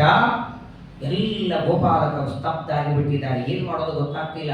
ಈ ಹಳೇ ಜನರಿಗೆ ಮೊದಲಿನಿಂದ ಏನ್ ಮಾಡ್ತಾ ಬರ್ತಾರೆ ನೋಡಿ, ಅದನ್ನು ಸ್ವಲ್ಪ ಬದಲಾವಣೆ ಮಾಡಿ ಅಂದ್ರೆ ಮಾಡಲ್ಲ, ಒಪ್ಪಲ್ಲ. ತಂದೆ ಅಜ್ಜ ಇದ್ದಾಗ ನವರಾತ್ರಿ 3 ಗಂಟೆಗೆ ಊಟ 3 ಗಂಟೆಗೆ ಹಾಕ್ತಾರೆ. ಈಗಲೂ 12ವರೆಗೆ ಹಾಕ್ರೆ ಇಲ್ಲ, ನವರಾತ್ರಿನೇ ಅಲ್ಲ ಅದು. ಆ ಕಾಲದಲ್ಲಿ ಎಲ್ಲೋ ಹಿಂದೆ ಬಾವಿಯಿಂದ ಹೋಗಿ ತಲೆ ಮೇಲೆ ನೀರು ಹೊತ್ಕೊಂಡು ಬರಬೇಕು, ಮಡಿಯಿಂದ ನೀರು ತಂದು ಅಡಿಗೆ ಮಾಡಿ 3 ಗಂಟೆ ನೈವೇದ್ಯ ಆಗ್ತಿತ್ತು. ಈಗಂತೂ ಎಷ್ಟು ಸೌಕರ್ಯ ಅಂದರೆ ಬಚ್ಚರ ಮನೆಯೂ ಬೇಡ, ದೇವರ ಮನೆಯೊಳಗೆ ನಲ್ಲಿ ಇದೆ. ಮೊನ್ನೆ ಒಬ್ಬ ಮನೆಗೆ ನಾನು ದೇವ್ರ ಪೂಜೆಗೆ ಹೋಗಿದ್ದೆ. ಸ್ನಾನ ಮಾಡಿ ದೇವರ ಮನೆಗೆ ಹೋದೆ. ಅಭಿಷೇಕಕ್ಕೆ ನೀರು ಹಾಕಿದ್ರೆ ಹಿಂತಿರುಗ್ರಿ ಅಂದ್ರು. ನಾನು ಎಲ್ಲಿ ಕೂತ್ಕೊಂಡು ಹಿಂತಿರುಗಿದ್ರೆ ನೀರು ಪರವಾಗಿಲ್ಲ, ಅವನ ತಲೆ ಮೇಲೆ ನೆಲ್ಲಿ ಮಾಡಿಲ್ಲ, ಹಿಂಗೆ ಹಾಕಿದ್ರೆ ಅಭಿಷೇಕ ಅವನು ಡೈರೆಕ್ಟು ನೀರು ತೀರ್ಸ್ಕೊಂಡು ತಗೊಂಡೇ ಬಿಡು. ಅಷ್ಟು ಸೌಕರ್ಯ ಬಂದಿದೆ ಈಗ. ಅಡಿಗೆ ಮನೆಯಲ್ಲಿ ಅಡಿಗೆಗೆ ನೀರಿದೆ, ಬಚ್ಚ ದೇವರ ಮನೆಯಲ್ಲಿ ಅಭಿಷೇಕಕ್ಕೆ ನೀರು. ಮತ್ತೆ ಯಾಕೆ 3 ಗಂಟೆ ಮಾಡ್ತೀವಿ? ಇಷ್ಟೊತ್ತಿಗೆ ಇದೇ ಟೈಮಿಗೆ ಆಗಬೇಕು. ಶ್ರಾದ್ದ ಪಕ್ಷಗಳಲ್ಲಿ ಹಿಂದೆಲ್ಲ ಅವತ್ತಿನ ದಿನ ಬೆಳಗ್ಗೆ ಬ್ರಾಹ್ಮಣರಿಗೆ ಆಮಂತ್ರಣ ಕೊಡೋರು. ಯಾಕಂದ್ರೆ ಆಗೆಲ್ಲ ಫೋನ್ ಇರಲಿಲ್ಲ. ಮನೆಗೆ ಹೋಗಿ ಬ್ರಾಹ್ಮಣನಿಗೆ ಶ್ರಾದ್ದದ ದಿನ ಆಮಂತ್ರಣ ಕೊಟ್ಟು ಅವತ್ತು ಕಾಯಿ ಪಲ್ಯ ಎಲ್ಲ ತಂದು, ತಾವೇ ಅರಣ್ಯಕ್ಕೆ ಹೋಗಿ ಕಟ್ಟಿಗೆಗಳನ್ನು ತಂದು, ತಾವೇ ಎಲೆ ತಂದು ಶ್ರಾದ್ದ ಮಾಡ್ಲಿಕ್ಕೆ 4 ಗಂಟೆ ಆಗ್ತಿತ್ತು. ಇವತ್ತೇನಿದೆ, ಫೋನಲ್ಲಿ 1 ವಾರ ಮೊದಲೇ ಆಮಂತ್ರಣ ಕೊಟ್ಟಿರ್ತೇವೆ. ಫೋನ್ ಮಾಡಿದ್ರೆ ಎಲೆ ಬಂದು ಬರ್ತದೆ ಮನೆಯಲ್ಲಿ. ಅಡಿಗೆ ಅಂತ ನಾವು ಮಾಡೋಲ್ಲ, ಅಡಿಗೆಯವರು ಬಂದು ಮಾಡ್ತಾರೆ. ಆದ್ರೂ ಶ್ರಾದ್ದ 4 ಗಂಟೆಗೆ ಇರುತ್ತೆ. ಯಾವಾಗಲೂ ನೋಡಿ, ಕೆಲವೊಂದಲ್ಲಿ ಬದಲಾವಣೆ ಮಾಡಬಾರದು, ಆದರೆ ಕೆಲವೊಂದಲ್ಲಿ ಮಾಡಬೇಕು. ಹಿಂದೆಲ್ಲ ಬಹಳ ಕಷ್ಟ ಇತ್ತು, ಎಣ್ಣೆ ತರೋದಕ್ಕೆ ಇರಲಿಲ್ಲ, ಒಂದು ದೀಪ ಹಚ್ತಿದ್ರು. ಇವಾಗ ಏನಾಗಿದೆ, ಲಕ್ಷ ಲಕ್ಷ ಪಗಾರಿಗೆ 2 ದೀಪ ಹಚ್ಚ್ರಿ. ನಮ್ಮ ಸ್ವಾಮಿಗಳು ತುಂಬಾ ಚೆನ್ನಾಗಿ ಹೇಳ್ತಾರೆ, ಕೆಲವೊಂದು ಏನಾಗ್ಬಿಟ್ಟಿದೆ ಈಗಂದ್ರೆ, ಹಿಂದಿನವರು ಆಚರಣೆ, ವಾಸ್ತವಿಕ ಕೃಷ್ಣನ ಗೀತೆಯಲ್ಲಿ ಹೇಳ್ತಾರೆ, ಹಿಂದಿನವರು ಏನ್ ಆಚರಣೆ ಮಾಡ್ತಾರೋ ಮುಂದಿನವರು ಅದನ್ನು ಅನುಸರಿಸ್ತಾರೆ. ಯದ್ಯದಾಚರತಿ ಶ್ರೇಷ್ಠ ತತ್ತದೇವ ಇತರೋ ಜನಃ ಸಯತ್ ಪ್ರಮಾಣಂ ಕುರುತೆ ಲೋಕಸ್ತದನು ವರ್ತದೆ. ಪರವಾಗಿಲ್ಲ, ಹಿರಿಯರು ಮಾಡಿದ್ದನ್ನೇ ಆಚರಣೆ ಮಾಡಬೇಕು, ಕೆಲವೊಂದು ಬದಲಾವಣೆ ಮಾಡಬೇಕು. ಹಿಂದೆ ಹಿರಿಯರಿಗೆ ಅಷ್ಟು ಸಂಬಳ ಇದೆ, ಈಗ ನಿಮಗೆ 1 ಲಕ್ಷ ಬರ್ತಿದೆ, ಅದರಲ್ಲಿ ಬದಲಾವಣೆ ಆಗಲಿಲ್ವಾ? ಹಾಗಾದರೆ ಕೆಲವು ವಿಷಯದಲ್ಲಿ ಈಗ ಬದಲಾವಣೆ ಆಗಬೇಕು. ಇವತ್ತಿನವರೆಗೆ ಇಂದ್ರನ ಪೂಜೆ ಮಾಡ್ತಾ ಬಂದಿದ್ದೇವೆ, ಬಿಡೋದು ಹೇಗೆ ಅಂತ ಗೋಪಾಲಕರು ಬಿಡ್ರಿ ಅಂತಾನೆ ಕೃಷ್ಣ. ಈ ವರ್ಷದಿಂದ ಗೋವರ್ಧನ ಪೂಜೆ ಶುರು ಮಾಡಿ, ಈ ವರ್ಷದಿಂದ ಹೊಸ ಉಪಕ್ರಮ ಆಗಲಿ, ಹೊಸದಾಗಿ ಈ ವರ್ಷದಿಂದ ಶುರು ಮಾಡಿ. ಆದರೂ ನಂದ ಗೋಪನಿಗೆ ಒಂದು ಕಡೆಗೆ ಇಷ್ಟು ವರ್ಷ ಮಾಡ್ತಾ ಬಂದ ಯತ್ನೆ ಬಿಡೋದಕ್ಕೆ ಮನಸ್ಸಿಲ್ಲ, ಇನ್ನೊಂದು ಕಡೆಗೆ ಕೃಷ್ಣನ ಮಾತು ಮೀರಲಿಕ್ಕೂ ಮನಸ್ಸಿಲ್ಲ, ಗೊಂದಲ ಆಯಿತು. ಕೊನೆಗೆ ಕೃಷ್ಣ ಹೇಳ್ತಾನೆ, ಚಿಂತೆ ಮಾಡಬೇಡಿ, ಇನ್ನೇನು ಕಷ್ಟಪಡೋದು ಬೇಡ, ಇವಾಗೇನು ಮಾಡ್ತಿದ್ದೀರಲ್ಲ, ಇಂದ್ರದೇವರ ಪ್ರೀತಿಗಾಗಿ ಯಜ್ಞಕ್ಕಾಗಿ ಏನು ಸಾಮಗ್ರಿಗಳು ಮಾಡ್ತೀರೋ ಇದನ್ನೇ ಎಲ್ಲ ತಗೊಂಡು, ಇದೆಲ್ಲ ಆಹಾರ ಪದಾರ್ಥ ಎತ್ತಿನ ಬಂಡಿಯಲ್ಲಿ ಇಟ್ಟುಕೊಂಡು ಗೋವರ್ಧನ ಪರ್ವತಕ್ಕೆ ಹೋಗೋಣ, ಅಲ್ಲಿ ಪೂಜೆಯನ್ನ ಮಾಡೋಣ ಅಂತ ಹೇಳಿ ಎಲ್ಲ ಗೋಪಾಲಕರನ್ನ ನಂದ ಗೋಪನನ್ನ ಒಪ್ಪಿಸಿದ. ಆಗಲಿ ಅಂತ ಕೃಷ್ಣನ ಮಾತನ್ನ ಕೇಳಿ ಮಾಡಿದ ಎಲ್ಲ ಪದಾರ್ಥಗಳನ್ನ ಇಟ್ಕೊಂಡಿದ್ದಾರೆ, ಪೂಜಾ ಸಾಮಗ್ರಿಗಳೆಲ್ಲ ಇಟ್ಟುಕೊಂಡು ಗೋವರ್ಧನ ಪರ್ವತಕ್ಕೆ ಬಂದಿದ್ದಾರೆ. ಪರ್ವತದ ಕೆಳಗಡೆ ಎಲ್ಲ ಪದಾರ್ಥಗಳಿಟ್ಟಿದ್ದಾರೆ. ಕ್ಷಣ ಮಾತ್ರದಲ್ಲಿ ತನ್ನದೇ ಇನ್ನೊಂದು ರೂಪವನ್ನು ಧಾರಣ ಮಾಡಿ ಮೇಲ್ಗಡೆ ಕೂತ್ಕೊಂಡ ಹೋಗಿ ಆವಾಹಯಾಮಿ ಅಂತ ತುಳಸಿ ಹಾಕ್ತಾನೆ, ಅಲ್ಲಿ ಆವಾಹನೆ, ಇಲ್ಲಿ ಆಸನಂ ಸಮರ್ಪಯಾಮಿ, ಅಲ್ಲಿ ಆಸನ ತಗೊಳ್ತಾನೆ, ಇಲ್ಲಿ ಪಾದ್ಯ ಅಂತ ನೀರು ಹಾಕ್ತಾನೆ, ಕಾಲಿ ನೀರು ಹಾಕೋತಾನೆ. ಒಬ್ಬನಲ್ಲಿ ನಿಂತಾಡುವನು ಬೇಡುವನು ಮತ್ತೊಬ್ಬನಲ್ಲಿ. ಜಗನ್ನಾಥದಾಸರು ಹೇಳ್ತಾರಲ್ಲ, ಕೊಡೋನು ಅವನೇ, ಬಳಸೋನು ಅವನೇ, ತಗೊಳ್ಳೋನು ಅವನೇ, ಎರಡು ತನ್ನದೇ ರೂಪಗಳಿಂದ ಷೋಡಶ ಉಪಚಾರ ಪೂಜೆ ಶುರುವಾಯಿತು. ಗೋವರ್ಧನ ಪರ್ವತಕ್ಕೆ ಅರ್ಘ್ಯ, ಪಾದ್ಯ, ಪೂಜಾ, ಆಚಮನ ಒಂದೊಂದು ಮಾಡ್ತಾ ಇದ್ದಾರೆ ಗೋಪಾಲಕರೆಲ್ಲ. ಕೊನೆಗೆ ಆ ಮಾಡಿದ ಸುಗ್ರಾಸವಾದ ನೈವೇದ್ಯವನ್ನ ಇಟ್ಟರೆ ಆ ಮೇಲ್ಗಡೆ ಕೂತ್ಕೊಂಡು ಇಲ್ಲಿ ಕೃಷ್ಣಾರ್ಪಣ ಅಂತಿದ್ದ, ಅಲ್ಲಿ ಮೇಲ್ಗಡೆ ಕೂತ್ಕೊಂಡು ತಿಂತಿದ್ದ. ಕೃಷ್ಣ ಅಂತಾನೆ, ಇವತ್ತಿನವರೆಗೆ ಅನೇಕ ವರ್ಷದಿಂದ ಇಂದ್ರದೇವರ ಪ್ರೀತಿಗಾಗಿ ಯಜ್ಞ ಮಾಡಿದರೆ ಒಂದು ದಿನ ಆದ್ರೂ ಯಜ್ಞ ಕುಂಡದಿಂದ ಇಂದ್ರ ಬಂದು ಆಹುತಿ ತಗೊಂಡದಿದೆಯಾ? ನೀವು ಹಾಕ್ತಿದ್ರೆ ಎಲ್ಲ ಆಹುತಿ ಭಸ್ಮಾಗಿ ಹೋಗಬೇಕು. ಇಲ್ಲಿ ನೋಡಿ, ಗೋವರ್ಧನ ಪರ್ವತಾಭಿಮಾನಿ ದೇವತೆ ಪ್ರತ್ಯಕ್ಷವಾಗಿ ಬಂದು ನಿಂತಿದ್ದಾನೆ, ಎಲ್ಲರೂ ನೋಡುತ್ತಾರೆ, ಆನಂದ ಆಯಿತು. ಮಾಡಿದ ಪದಾರ್ಥಗಳೆಲ್ಲ ನೈವೇದ್ಯ ಮಾಡ್ತಾರೆ, ಮಂಗಳಾರತಿ ಆಯಿತು, ಪ್ರದಕ್ಷಿಣೆ ನಮಸ್ಕಾರ ಮಾಡ್ತಾರೆ. ಇನ್ನು ಉಳಿದಂತಹ ಪ್ರಸಾದವನ್ನು ಸ್ವೀಕಾರ ಮಾಡಿ ಗೋವರ್ಧನ ಪರ್ವತ ಪ್ರದಕ್ಷಿಣೆ ಹಾಕಿ ಹೊರಡಬೇಕು. ಪೂಜೆಯೆಲ್ಲ ಮುಗಿಸಿಕೊಂಡು ಹೊರಡಬೇಕಾದಾಗ ಕಾಲಾತ್ಮನ ಭಗವತ ಶಕ್ರದರ್ಪ ಜಿಗಾಂಸಯ, ಇಂದ್ರದೇವರಿಗೆ ಕೋಪ ಬಂತು. ಇಷ್ಟೊತ್ತಿನವರೆಗೆ ಸುಮ್ಮನೆ ಇದ್ದರು. ಕೃಷ್ಣ ಯಾಗ ಬೇಡ ಅಂದಾಗ ಸುಮ್ಮನೆ ಇದ್ದ ಇಂದ್ರ. ಕೋಪ ಬಂದಿದ್ದಾಗಲೇ, ಯಾಗ ಬೇಡ ಅಂದಾಗಲೂ ಕೋಪ ಬಂದಿತ್ತು, ಪದಾರ್ಥಗಳೆಲ್ಲ ತಂದಾಗಲೂ ಕೋಪ ಬಂತು. ಗೋವರ್ಧನ ಪರ್ವತ ಪೂಜೆ ಮಾಡಿದರು, ನೈವೇದ್ಯ ಎಲ್ಲ ಉಪಚಾರಗಳ ಮಾಡಿದರು, ಆಗ ಮಾತ್ರ ಇಂದ್ರದೇವರಿಗೆ ಕೋಪ ಹೋಗಲಿಲ್ಲ. ಒಂದು ಮಾತಂತಾನೆ ಇಂದ್ರ, ತನ್ನ ದೇವತೆಗಳನ್ನ ಕರೆದು ಇಂದ್ರ ಅಂತಾನೆ, ಕೃಷ್ಣಂ ಮದ್ಯಂ ಉಪಾಶ್ರಿತ್ಯ, ಈ ಎಲ್ಲ ಗೋಪಾಲಕರು ಇವತ್ತಿನವರೆಗೆ ನನ್ನ ಪೂಜಾ ಮಾಡ್ತಿದ್ರು, ಇವತ್ತು ಒಬ್ಬ ಮಾನವನಾದ ಕೃಷ್ಣ, ಗೊಲ್ಲನಾದ ಕೃಷ್ಣ, ಇವನ ಮಾತು ಕೇಳಿ ನನ್ನ ಪೂಜೆ ಬಿಟ್ಟಿದ್ದಾರೆ. ಇದರಿಂದ ಈ ಮಾತಿನಿಂದ ತಿಳ್ಕೊಳ್ಳಿ ಇಂದ್ರದೇವರಿಗೆ ಎಷ್ಟು ಅಹಂಕಾರ ಬಂದಿತ್ತು. ಕೃಷ್ಣನನ್ನ ಒಬ್ಬ ಮನುಷ್ಯ ಅಂತ ಬೈತಾನೆ, ಮರ್ತ್ಯಂ ಕೃಷ್ಣಂ ಅಂತಾನೆ. ದೇವತೆಗಳಿಗೆ ಆಗಾಗ ಅಹಂಕಾರ ಬರ್ತದೆ, ಅಸುರಾವೇಶ ಬರ್ತದೆ. ಎಂದಿಗೂ ಅಸುರಾವೇಶ ಇಲ್ಲದೆ, ಎಂದಿಗೂ ಪರಮಾತ್ಮನ ಬಗ್ಗೆ ತಪ್ಪು ಕಲ್ಪನೆ ಮಾಡಿಕೊಳ್ಳದೇ ಇದ್ದವರು ಅಂದ್ರೆ ನಮ್ಮ ಗುರುಗಳು ವಾಯುದೇವರೊಬ್ಬರೇ. ಹಾಗಾಗಿ ನೋಡಿ, ನಮ್ಮ ಕಣ್ಣುಗಳಿಗೆ ಸೂರ್ಯ ಚಂದ್ರರು, ಅವರಲ್ಲಿ ಅಸುರಾವೇಶ ಆದದ್ದರಿಂದ ನಮ್ಮ ಕಣ್ಣು ಒಳ್ಳೆಯದು ನೋಡ್ತದೆ, ಕೆಟ್ಟದ್ದು ನೋಡ್ತದೆ. ಕಣ್ಣಿಗೆ ಅಭಿಮಾನ ದೇವತೆಯಲ್ಲಿ ಅಸುರಾವೇಶ ಆದದ್ದರಿಂದ ಕಣ್ಣು ಕೆಟ್ಟದ್ದು ನೋಡ್ತದೆ. ಕಿವಿಗೆ ಅಭಿಮಾನ ದೇವತೆಯಲ್ಲಿ ಅಸುರಾವೇಶ ಆದದ್ದರಿಂದ ಕೆಟ್ಟದ್ದು ಕೇಳಿಸ್ಕೊಳ್ತೇವೆ. ನಾಲಿಗೆ ಅಭಿಮಾನಿ ವರುಣ ದೇವರಲ್ಲಿ ಅಸುರಾವೇಶ ಆದದ್ದರಿಂದ ನಿಷಿದ್ಧವಾದದ್ದು ತಿಂತೀವಿ. ಮುಖಕ್ಕೆ ಅಭಿಮಾನಿ ದೇವತೆ ಅಗ್ನಿಯಲ್ಲಿ ಅಸುರಾವೇಶ ಆದದ್ದರಿಂದ ಸುಳ್ಳು ಮಾತಾಡ್ತೀವಿ. ಎಲ್ಲಾ ದೇವತೆಗಳಲ್ಲಿ ಅಸುರಾವೇಶ ಆದದ್ದಕ್ಕೆ ಒಳ್ಳೆಯದರ ಜೊತೆ ಕೆಟ್ಟದ್ದು. ಆದರೆ ಮುಖ್ಯ ಪ್ರಾಣದೇವರಲ್ಲಿ ಅಸುರಾವೇಶ ಇಲ್ಲ, ಹಾಗಾಗಿ ಉಸಿರಾಟದೊಳಗೆ ಒಳ್ಳೆಯದು ಕೆಟ್ಟದ್ದು ಅಂತಿಲ್ಲ. ಇದೆಯಾ? ಕಣ್ಣಿನಿಂದ ಒಳ್ಳೆಯದು ಕೆಟ್ಟದ್ದಿದೆ, ಕಿವಿಯಿಂದ ಕೆಟ್ಟದ್ದು ಕೇಳಿಸ್ತೇವೆ, ಒಳ್ಳೆಯದು ನೋಡಿ ಕೇಳಿಸ್ಕೊಳ್ತೇವೆ. ಉಸಿರಾಟದೊಳಗೆ ಒಳ್ಳೆಯದು ಕೆಟ್ಟದ್ದಿಲ್ಲ, ಉಸಿರಾಟದೊಳಗೆ ಉಸಿರು ಇದೆ ಇಲ್ಲ ಹೋಗಿದೆ. ಯಾಕಂದ್ರೆ ಉಸಿರಾಡುವ ದೇವರು ವಾಯುದೇವರಲ್ಲಿ ಅಸುರಾವೇಶ ಇಲ್ಲ. ಎಷ್ಟು ಬಾರಿ ಇಂದ್ರದೇವರು ತಪ್ಪು ಮಾಡಿದ್ದು ಅನೇಕ ರೀತಿಯಾಗಿ ನೋಡಿ. ಸಾಕ್ಷಾತ್ ಕೃಷ್ಣ ಪರಮಾತ್ಮನನ್ನ ಗೋಪೇಭ್ಯ ಕೃಷ್ಣನಾಥೇಭ್ಯೋ ನಂದಾದಿಭ್ಯಶ್ಚ ಗೋಪ, ನಂದ ಗೋಪನ ಮೇಲೆ ಗೋಪಾಲಕರ ಮೇಲೆ ಪರಮ ಕೋಪ ಬಂತು.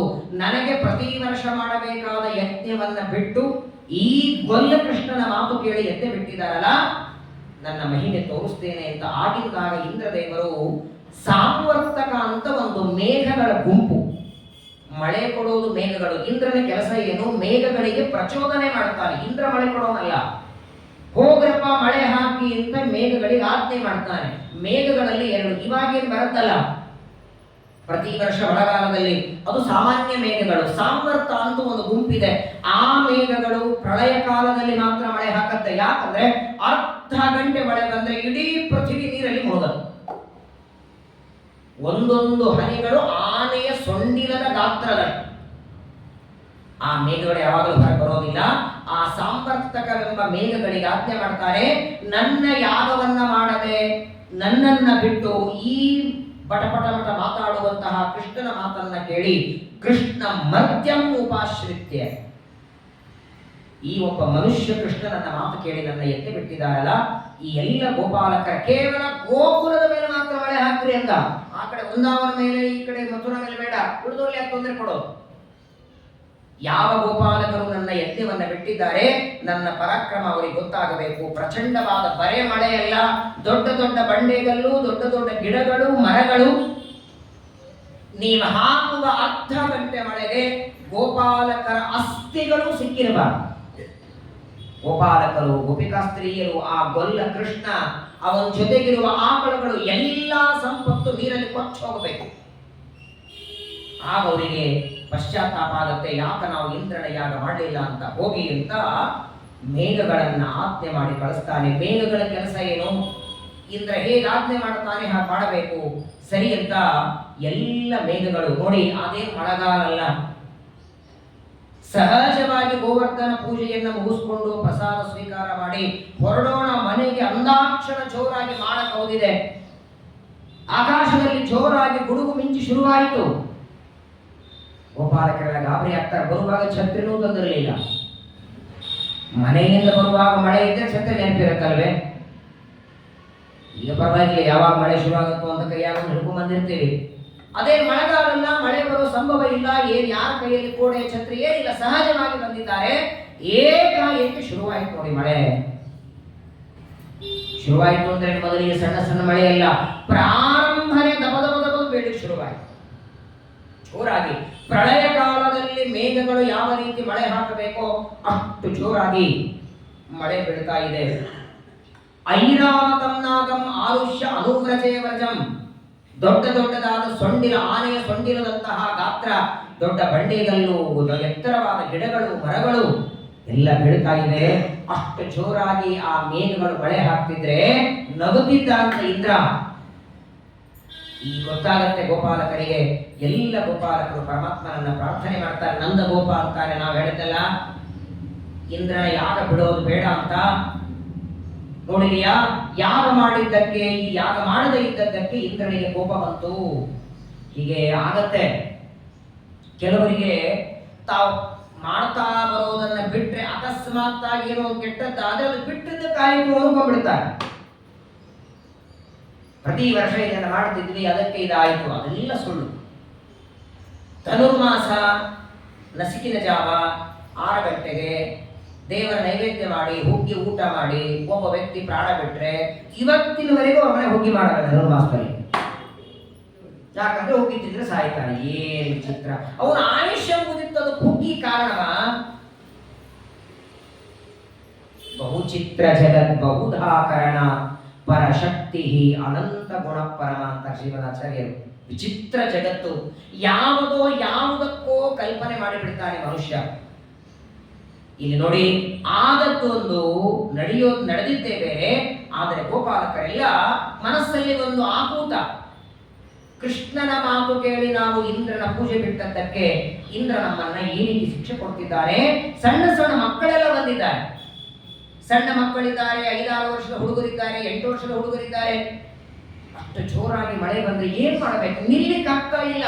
ಹೇಳಕ್ಕಲ್ಲ, ಇವಾಗ ಮಳೆ ಬಂದ್ರೆ ಎಲ್ಲೋ ನೀವು ಅರ್ಧ ನಿಂದಿರಬಹುದು ಅಥವಾ ಛತ್ರಿ ಹಿಡ್ಕೊಂಡು ನಡಿಬಹುದು. ಆ ಮಳೆಯಲ್ಲ, ಅದು ಸಾಮರ್ಥಕ ಮೇಘಗಳು. ಪ್ರಾರಂಭ ಮಾಡಿ 2 ನಿಮಿಷ ಹಾಕಿದ್ರೆ ಅರ್ಧ ಪೃಥ್ವಿ ಮುಳುಗಿ ಹೋಗ್ಬೇಕು. ಗೋಪಾಲಕರೆಲ್ಲ ಒದ್ದಾಡುವಾಗ ಕೃಷ್ಣ ಕೃಷ್ಣ ಮಹಾಭಾಗ ತ್ವನ್ನಾಕಂ ಗೋಕುಲಂ ಪ್ರಭೋ ತ್ರಾತುಮರ್ಹಸಿ ದೇವಾನ್ನಃ ಕುಪಿತಾ ಭಕ್ತವತ್ಸಲ. ದೇವತೆಗಳಿಗೆ ಒಡೆಯನಾದ ಇಂದ್ರ ಕುಪಿತರಾಗಿದ್ದಾರೆ, ಸಿಟ್ಟಿಗೆ ಬಂದಿದ್ದಾನೆ. ಸ್ವಾಮಿ, ಆ ಇಂದ್ರನಿಂದ ನೀವೇ ನಮ್ಮನ್ನು ರಕ್ಷಣೆ ಮಾಡಬೇಕು. ಶರಣಾಗತ ರಕ್ಷಕ ನೀನು. ಈ ಮಳೆ ಇದು ಛತ್ರಿ ಹಿಡಿದ್ರೆ ನಿಲ್ಲೋ ಮಳೆಯಲ್ಲ. ಬಟ್ಟೆಯ ಛತ್ರಿ ಹರಿದು ಹೋಗಿ ಬಿಡುತ್ತದೆ. ಅಷ್ಟು ಜೋರಾಗಿ ಮೇಘಗಳು ಆಗ್ತಾ ಇವೆ. ಏನ್ ಮಾಡಬೇಕು ಗೊತ್ತಾಗ್ತಿಲ್ಲ ಅಂತ ಪರಮಾತ್ಮನಿಗೆ ಎಲ್ಲರೂ ಪ್ರಾರ್ಥನೆ ಮಾಡಿದಾಗ ಕೃಷ್ಣ ಅಂತಾನೆ, ಯಾಕೆ ಚಿಂತೆ ಮಾಡ್ತೀರಿ ಎಂದ. ಇಷ್ಟೊತ್ತಿನವರೆಗೆ ಯಾವ ಗೋವರ್ಧನ ಪರ್ವತದ ಪೂಜೆ ಮಾಡಿ ಅರ್ಘ್ಯ ಪಾದ್ಯ ಧೂಪ ದೀಪ ನೈವೇದ್ಯವನ್ನ ಮಾಡಿದ್ದೀರಿ, ಆ ಗೋವರ್ಧನ ಪರ್ವತವೇ ನಿಮ್ಮನ್ನ ರಕ್ಷಣೆ ಮಾಡುತ್ತೆ. ತಸ್ಮಾತ್ ಮಚ್ಚರಣಂ ಗೋಪ್ಯಂ ಮನ್ನಾಥಂ ಮತ್ಪರಿಗ್ರಹಂ. ನಿಮ್ಮನ್ನ ರಕ್ಷಣೆ ಮಾಡೋ ಜವಾಬ್ದಾರಿ ನಂದು, ಚಿಂತೆ ಮಾಡಬೇಡಿ ಅಂತ ಗೋಪಾಲಕರಿಗೆ ಮೊದಲು ಆಶ್ವಾಸನೆಯನ್ನ ಕೊಟ್ಟು, ಯಾವ ಗೋವರ್ಧನ ಪರ್ವತವನ್ನ ಪೂಜೆ ಮಾಡಿದ್ದ ಇತ್ಯುಕ್ತ ಏಕೇನ ಹಸ್ತೇನ ಕೃತ್ವಾ ಗೋವರ್ಧನಾಚಲಂ. ಗೋಪಾಲಕರೆಲ್ಲ ಭಯದಿಂದ ಒದ್ದಾಡುವಾಗ ಮೊದಲು ಆಶ್ವಾಸನೆಯನ್ನ ಕೊಟ್ಟು ಒಂದೇ ಒಂದು ಕಿರು ಬೆರಳಿನಿಂದ ಎತ್ತಿದ ಗೋವರ್ಧನ ಪರ್ವತವನ್ನ. ಗೋವರ್ಧನ ಪರ್ವತ ಒಂದ್ಸಲ ಹೋಗೋಣ ಬನ್ನಿ. ವೃಂದಾವನಕ್ಕೆ ಹೋದಾಗ ಇವತ್ತಿಗೂ ಗೋವರ್ಧನ ಪರಿಕ್ರಮ ಅಂತಿದೆ. ಗೋವರ್ಧನ ಪರ್ವತದ ಪ್ರದಕ್ಷಿಣೆ ಇವತ್ತಿಗೂ ಇದೆ. ಒಂದು ಪರಿಕ್ರಮ ಮಾಡಬೇಕು. ಸುಮಾರು 28 ಕಿಲೋಮೀಟರ್ ಇದೆ. ಒಂದು 4 ಕಿಲೋಮೀಟರ್ ನಡೆಯೋದು, ಮಧ್ಯದಲ್ಲಿ ಆಟೋ. ಪ್ರಾಯ 28 ಕಿಲೋಮೀಟರು ಈ ಪಾದಯಾತ್ರೆ ಮಾಡೋರಿಗೆ ದೊಡ್ಡದಲ್ಲ, ನಡೆದೆಲ್ಲ ರೂಢಿ ಇರುತ್ತೆ. ಒಂದು ಪ್ರದಕ್ಷಿಣೆ ಹಾಕಲಿಕ್ಕೆ 28 ಕಿಲೋಮೀಟರ್. ವಿಚಾರ ಮಾಡಿ, ಎಷ್ಟು ಅಗಲವಾದದ್ದು, ಎಷ್ಟು ಎತ್ತರವಾದದ್ದು.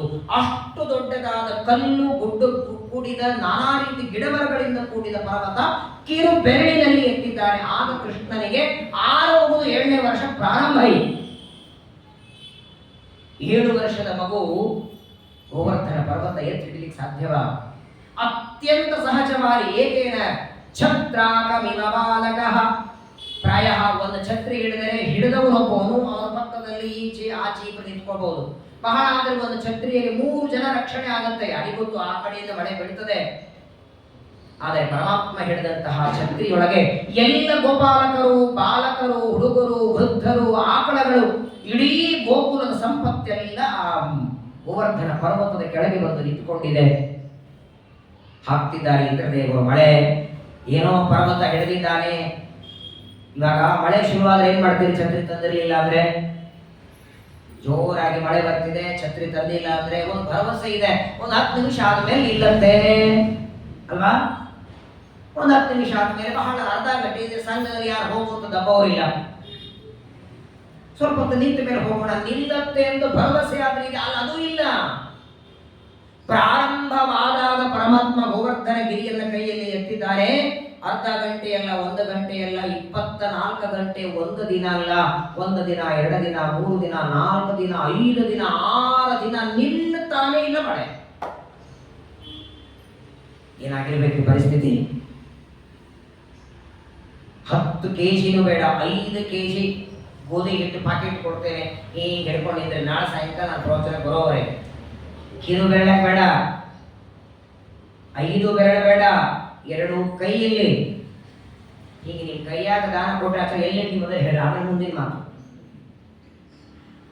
ಸ್ವತಂತ್ರನಾದ ಪರಮಾತ್ಮ ಅನಂತ ಕೋಟಿ ಬ್ರಹ್ಮಾಂಡವನ್ನೇ ಧಾರಣ ಮಾಡುವವನಿಗೆ ಈ ಒಂದು ಗೋವರ್ಧನ ಏನಾಗಬೇಕು? ನತತ್ರಾಸ ಇಹ ಕಾರ್ಯ ಮದಾದ್ರಿ ನಿವಾರಣ ವಾತವರ್ಷ ಭಯಂ ಚಾತ್ರಂ ತತ್ಪ್ರಾಣಂ ವಿಹಿತಂ. ಹೀಗೆ ಯಾವ ಭಯ ಪಡಬೇಡಿ ಎಂದ.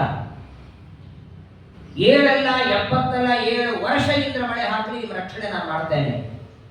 ವಿಚಿತ್ರ ಅಂದ್ರೆ 7 ದಿನ ಛತ್ರಿಯನ್ನೇನು ಹಿಡಿದು ರಕ್ಷಣೆ ಮಾಡದ, 7 ದಿನ ಊಟ ಹೇಗೆ? ಅಡಿಗೆ ಊಟ ಬೇಡವಾ? 7 ದಿನ ಏಕಾದಶಿದ ಗೋವರ್ಧನ ಗಿರಿಯನ್ನ ಎತ್ತಿ ದೇವರು ಛತ್ರಿಯನ್ನು ಹಿಡಿದ ನೋಡಿ. ಶ್ರೀಕೃಷ್ಣ ಪರಮಾತ್ಮ ಆ ಛತ್ರಿಯನ್ನ ಹಿಡಿದರೆ ಅದರ ಕೆಳಗಡೆ ನಿಂತು ಆ ಪರಮಾತ್ಮನ ದರ್ಶನ ಮಾಡಿಕೊಳ್ಳೋರಿಗೆ 7 ದಿನ ಆದ್ರೂ ಹಸಿವೆ ಆಗಿರಲಿಲ್ಲ, ಹಸಿವೆಯಾಗಿಲ್ಲ, ನಿದ್ದೆ ಬಂದಿಲ್ಲ. ನಿದ್ದೆ ಆದ್ರೆ ಎಲ್ಲಿ ಮಾಡ್ತೇವೆ? ಸಾಂವರ್ತಕ ಮೇಘಗಳ ಮಳೆ ಹಾಕ್ತಿವೆ, ಮಲಗಬೇಕು ಅನ್ಸಿಲ್ಲ, ಏಳಬೇಕು, ಹೊರಗೆ ಹೋಗಬೇಕು ಅನ್ಸಿಲ್ಲ, ಹಸಿವೆ ಇಲ್ಲ. ಅಷ್ಟು ಆನಂದದೊಳಗೆ, ಸಂಭ್ರಮದೊಳಗೆ ಗೋಪಾಲಕರು ಇಟ್ಟಿದ್ದಾರೆ. ವಾದಿರಾಜರು ಲಕ್ಷ್ಮೀ ರುಕ್ಮಿಣಿ ವಿಷಯದಲ್ಲಿ ಮಾತಾಡ್ತಾರೆ. ಈ ಗೋಪಾಲಕರೆಲ್ಲ ಗೋವರ್ಧನ ಪರ್ವತದ ಕೆಳಗೆ ಬಂದ ಮೇಲೆ ಒಂದು ದಿನ ಆದ ಮೇಲೆ ತಮ್ಮಲ್ಲಿ ಮಾತಾಡ್ಕೊಳ್ತಾರಲ್ಲ, ಒಂದಿನ ಆಯಿತು, ಕಿರುಬೇಳೆ ಮೇಲೆ ಹಿಡಿದಿದ್ದಾನೆ, ಬೈ ಚಾನ್ಸ್ ಕೈ ಬೇರಾಗಿ ಏನೋ ನೋವಾಗಿ ಬಿಟ್ರೆ ಗತಿ ಏನು? ಅಕಸ್ಮಾತ್ತಾಗಿ ಗೋವರ್ಧನ ಪರ್ವತ ಕೆಳಗೆ ಬಿಟ್ಟು ಬಿಟ್ಟಾದ್ರೆ ಒಬ್ಬ ಗೋಪಾಲಕ ಇನ್ನೊಬ್ಬರಿಗೆ ಏನಿದ್ರು ಗೋಲ್ರಲ್ಲಿ ಅವರ ಬುದ್ಧಿ ಅಷ್ಟೇ ಓಡೋದು. ವಿಶ್ವಾಸ ನಂಬಿಕೆ ಬೇಕಲ್ಲ ದೇವರ ಮೇಲೆ. ಕೊನೆಗೆ ಎಲ್ಲರೂ ಮಾತ್ರ ವಿಚಾರ ಮಾಡ್ತಾರೆ, ಒಂದು ಕೆಲಸ ಮಾಡೋಣ, ಹೇಗೋ ನಾವು ದನಗಳನ್ನ ಹೊಡೆಯೋದು ಕಟ್ಟಿಗೆ ತಂದೀವಲ್ಲ, ನಮ್ದು ಒಂದು ಹಚ್ಚಿಬಿಡೋಣ ಕೆಳಗೆ. ಎಲ್ಲ ಗೋಪಾಲಕರು ತಮ್ಮ ತಮ್ಮ ದೊಡ್ಡ ದೊಡ್ಡ ದನ ಕಾಯೋ ಕೋಲುಗಳನ್ನು ತಂದು ಹಚ್ಚಿಬಿಟ್ರೆ ಬೈಚಾನ್ಸ್ ಕೃಷ್ಣ ಬಿಟ್ರು ಆ ಕೋಲುಗಳ ಮೇಲೆ ಅದ್ರ ಮೇಲೆ ನಿಲ್ಲತ್ತೇನ್ರಿ ಪರ್ವತ? ಅದೇನಾದ್ರೆ ಸುಮ್ಮನೆ ಹೇಳ್ತಾರೆ, ದೇವರಲ್ಲಿ ಅವಿಶ್ವಾಸ ಮಾಡಬಾರದು. ಗೋಪಾಲಕರ ಬುದ್ಧಿ ಅಷ್ಟೇ. 7 ದಿನಗಳವರೆಗೆ ಪ್ರಚಂಡವಾದ ಮಳೆ ಹಾಕಿ 7ನೇ ದಿವಸ ಇಂದ್ರ ಮೇಘಗಳಿಗೆ ಆಜ್ಞೆ ಮಾಡ್ತಾನೆ, ಸಾಕು ಮಾಡ್ರಪ್ಪ. ಐರಾವತ ಆನೆ ಮೇಲೆ ಕೂತಿದ್ದಾನೆ, ಎಡಬಲಗಳಲ್ಲಿ ಚಾಮರ ಛತ್ರ. ಇಂದ್ರನಿಗೆ ಪ್ರಯಾಣ ಶುರುವಾಯಿತು. ಎಲ್ಲಿಗೆ? ಇಂದ್ರದೇವರು ಐರಾವತ ಆನೆ ಮೇಲೆ ಕೂತು ಹೊರಟಿದ್ದಾರೆ. ಒಂದು ಸಲ ಗೋಕುಲ ನೋಡ್ಕೊಂಡು ಬರೋಣ. ಇಷ್ಟೋತ್ತರ ನಾನು ಮಳೆ ಹಾಕಿದ್ದೀನಲ್ಲ, ಏನಾಗಿರ್ತದೆ ಗೋಪಾಲಕರ ಪರಿಸ್ಥಿತಿ, ಆಕಳಗಳ ಪರಿಸ್ಥಿತಿ, ಅವರನ್ನೆಲ್ಲ ರಕ್ಷಣೆ ಮಾಡಲಿಕ್ಕೆ ಹೋಗಿದ್ದಾನಲ್ಲ ಬಾಲಕ, ಅವರ ಪರಿಸ್ಥಿತಿ ಏನಾಗುತ್ತೆ ನೋಡೋಣ ಅಂತ ಐರಾವತ ಆನೆ ಮೇಲೆ ಕೂತ್ಕೊಂಡು ಇಂದ್ರ ಹೊರಟಿದ್ದಾನೆ. ಇಂದ್ರನ ಆನೆ ಬರುವಾಗ ಒಬ್ಬ ಸೇವಕ ಎದುರಿ ಕಂಡ. ಎಲ್ಲೋಗಿದ್ದೆ ಅಂತ ಕೇಳ್ತಾನೆ. ಸೇವಕ ಅಂತಾನೆ, ನೀವೆಲ್ಲಿ ನೋಡ್ಲಿಕ್ಕೆ ಹೊಂಟಿರಿ? ನಾನು ನೋಡ್ಕೊಂಡೇ ಬಂದೆ. ಏನಾಗಿದೆ? ಗೋಪಾಲಕರು ಗೋವರ್ಧ ಎಲ್ಲ ಸಮಗ್ರವಾದ ಮಥುರಾ, ವೃಂದಾವನ, ಗೋಕುಲ ಕೊಚ್ಚಿ ಹೋಗಿದೆಯಾ? ಆಕಳಗಳೆಲ್ಲ ಹರಿದು ಹೋಗಿರಬೇಕು. ಈಗಲಾದರೂ ಪಶ್ಚಾತ್ತಾಪ ಆಗಿರ್ಬೇಕಲ್ಲ ಅವರಿಗೆ.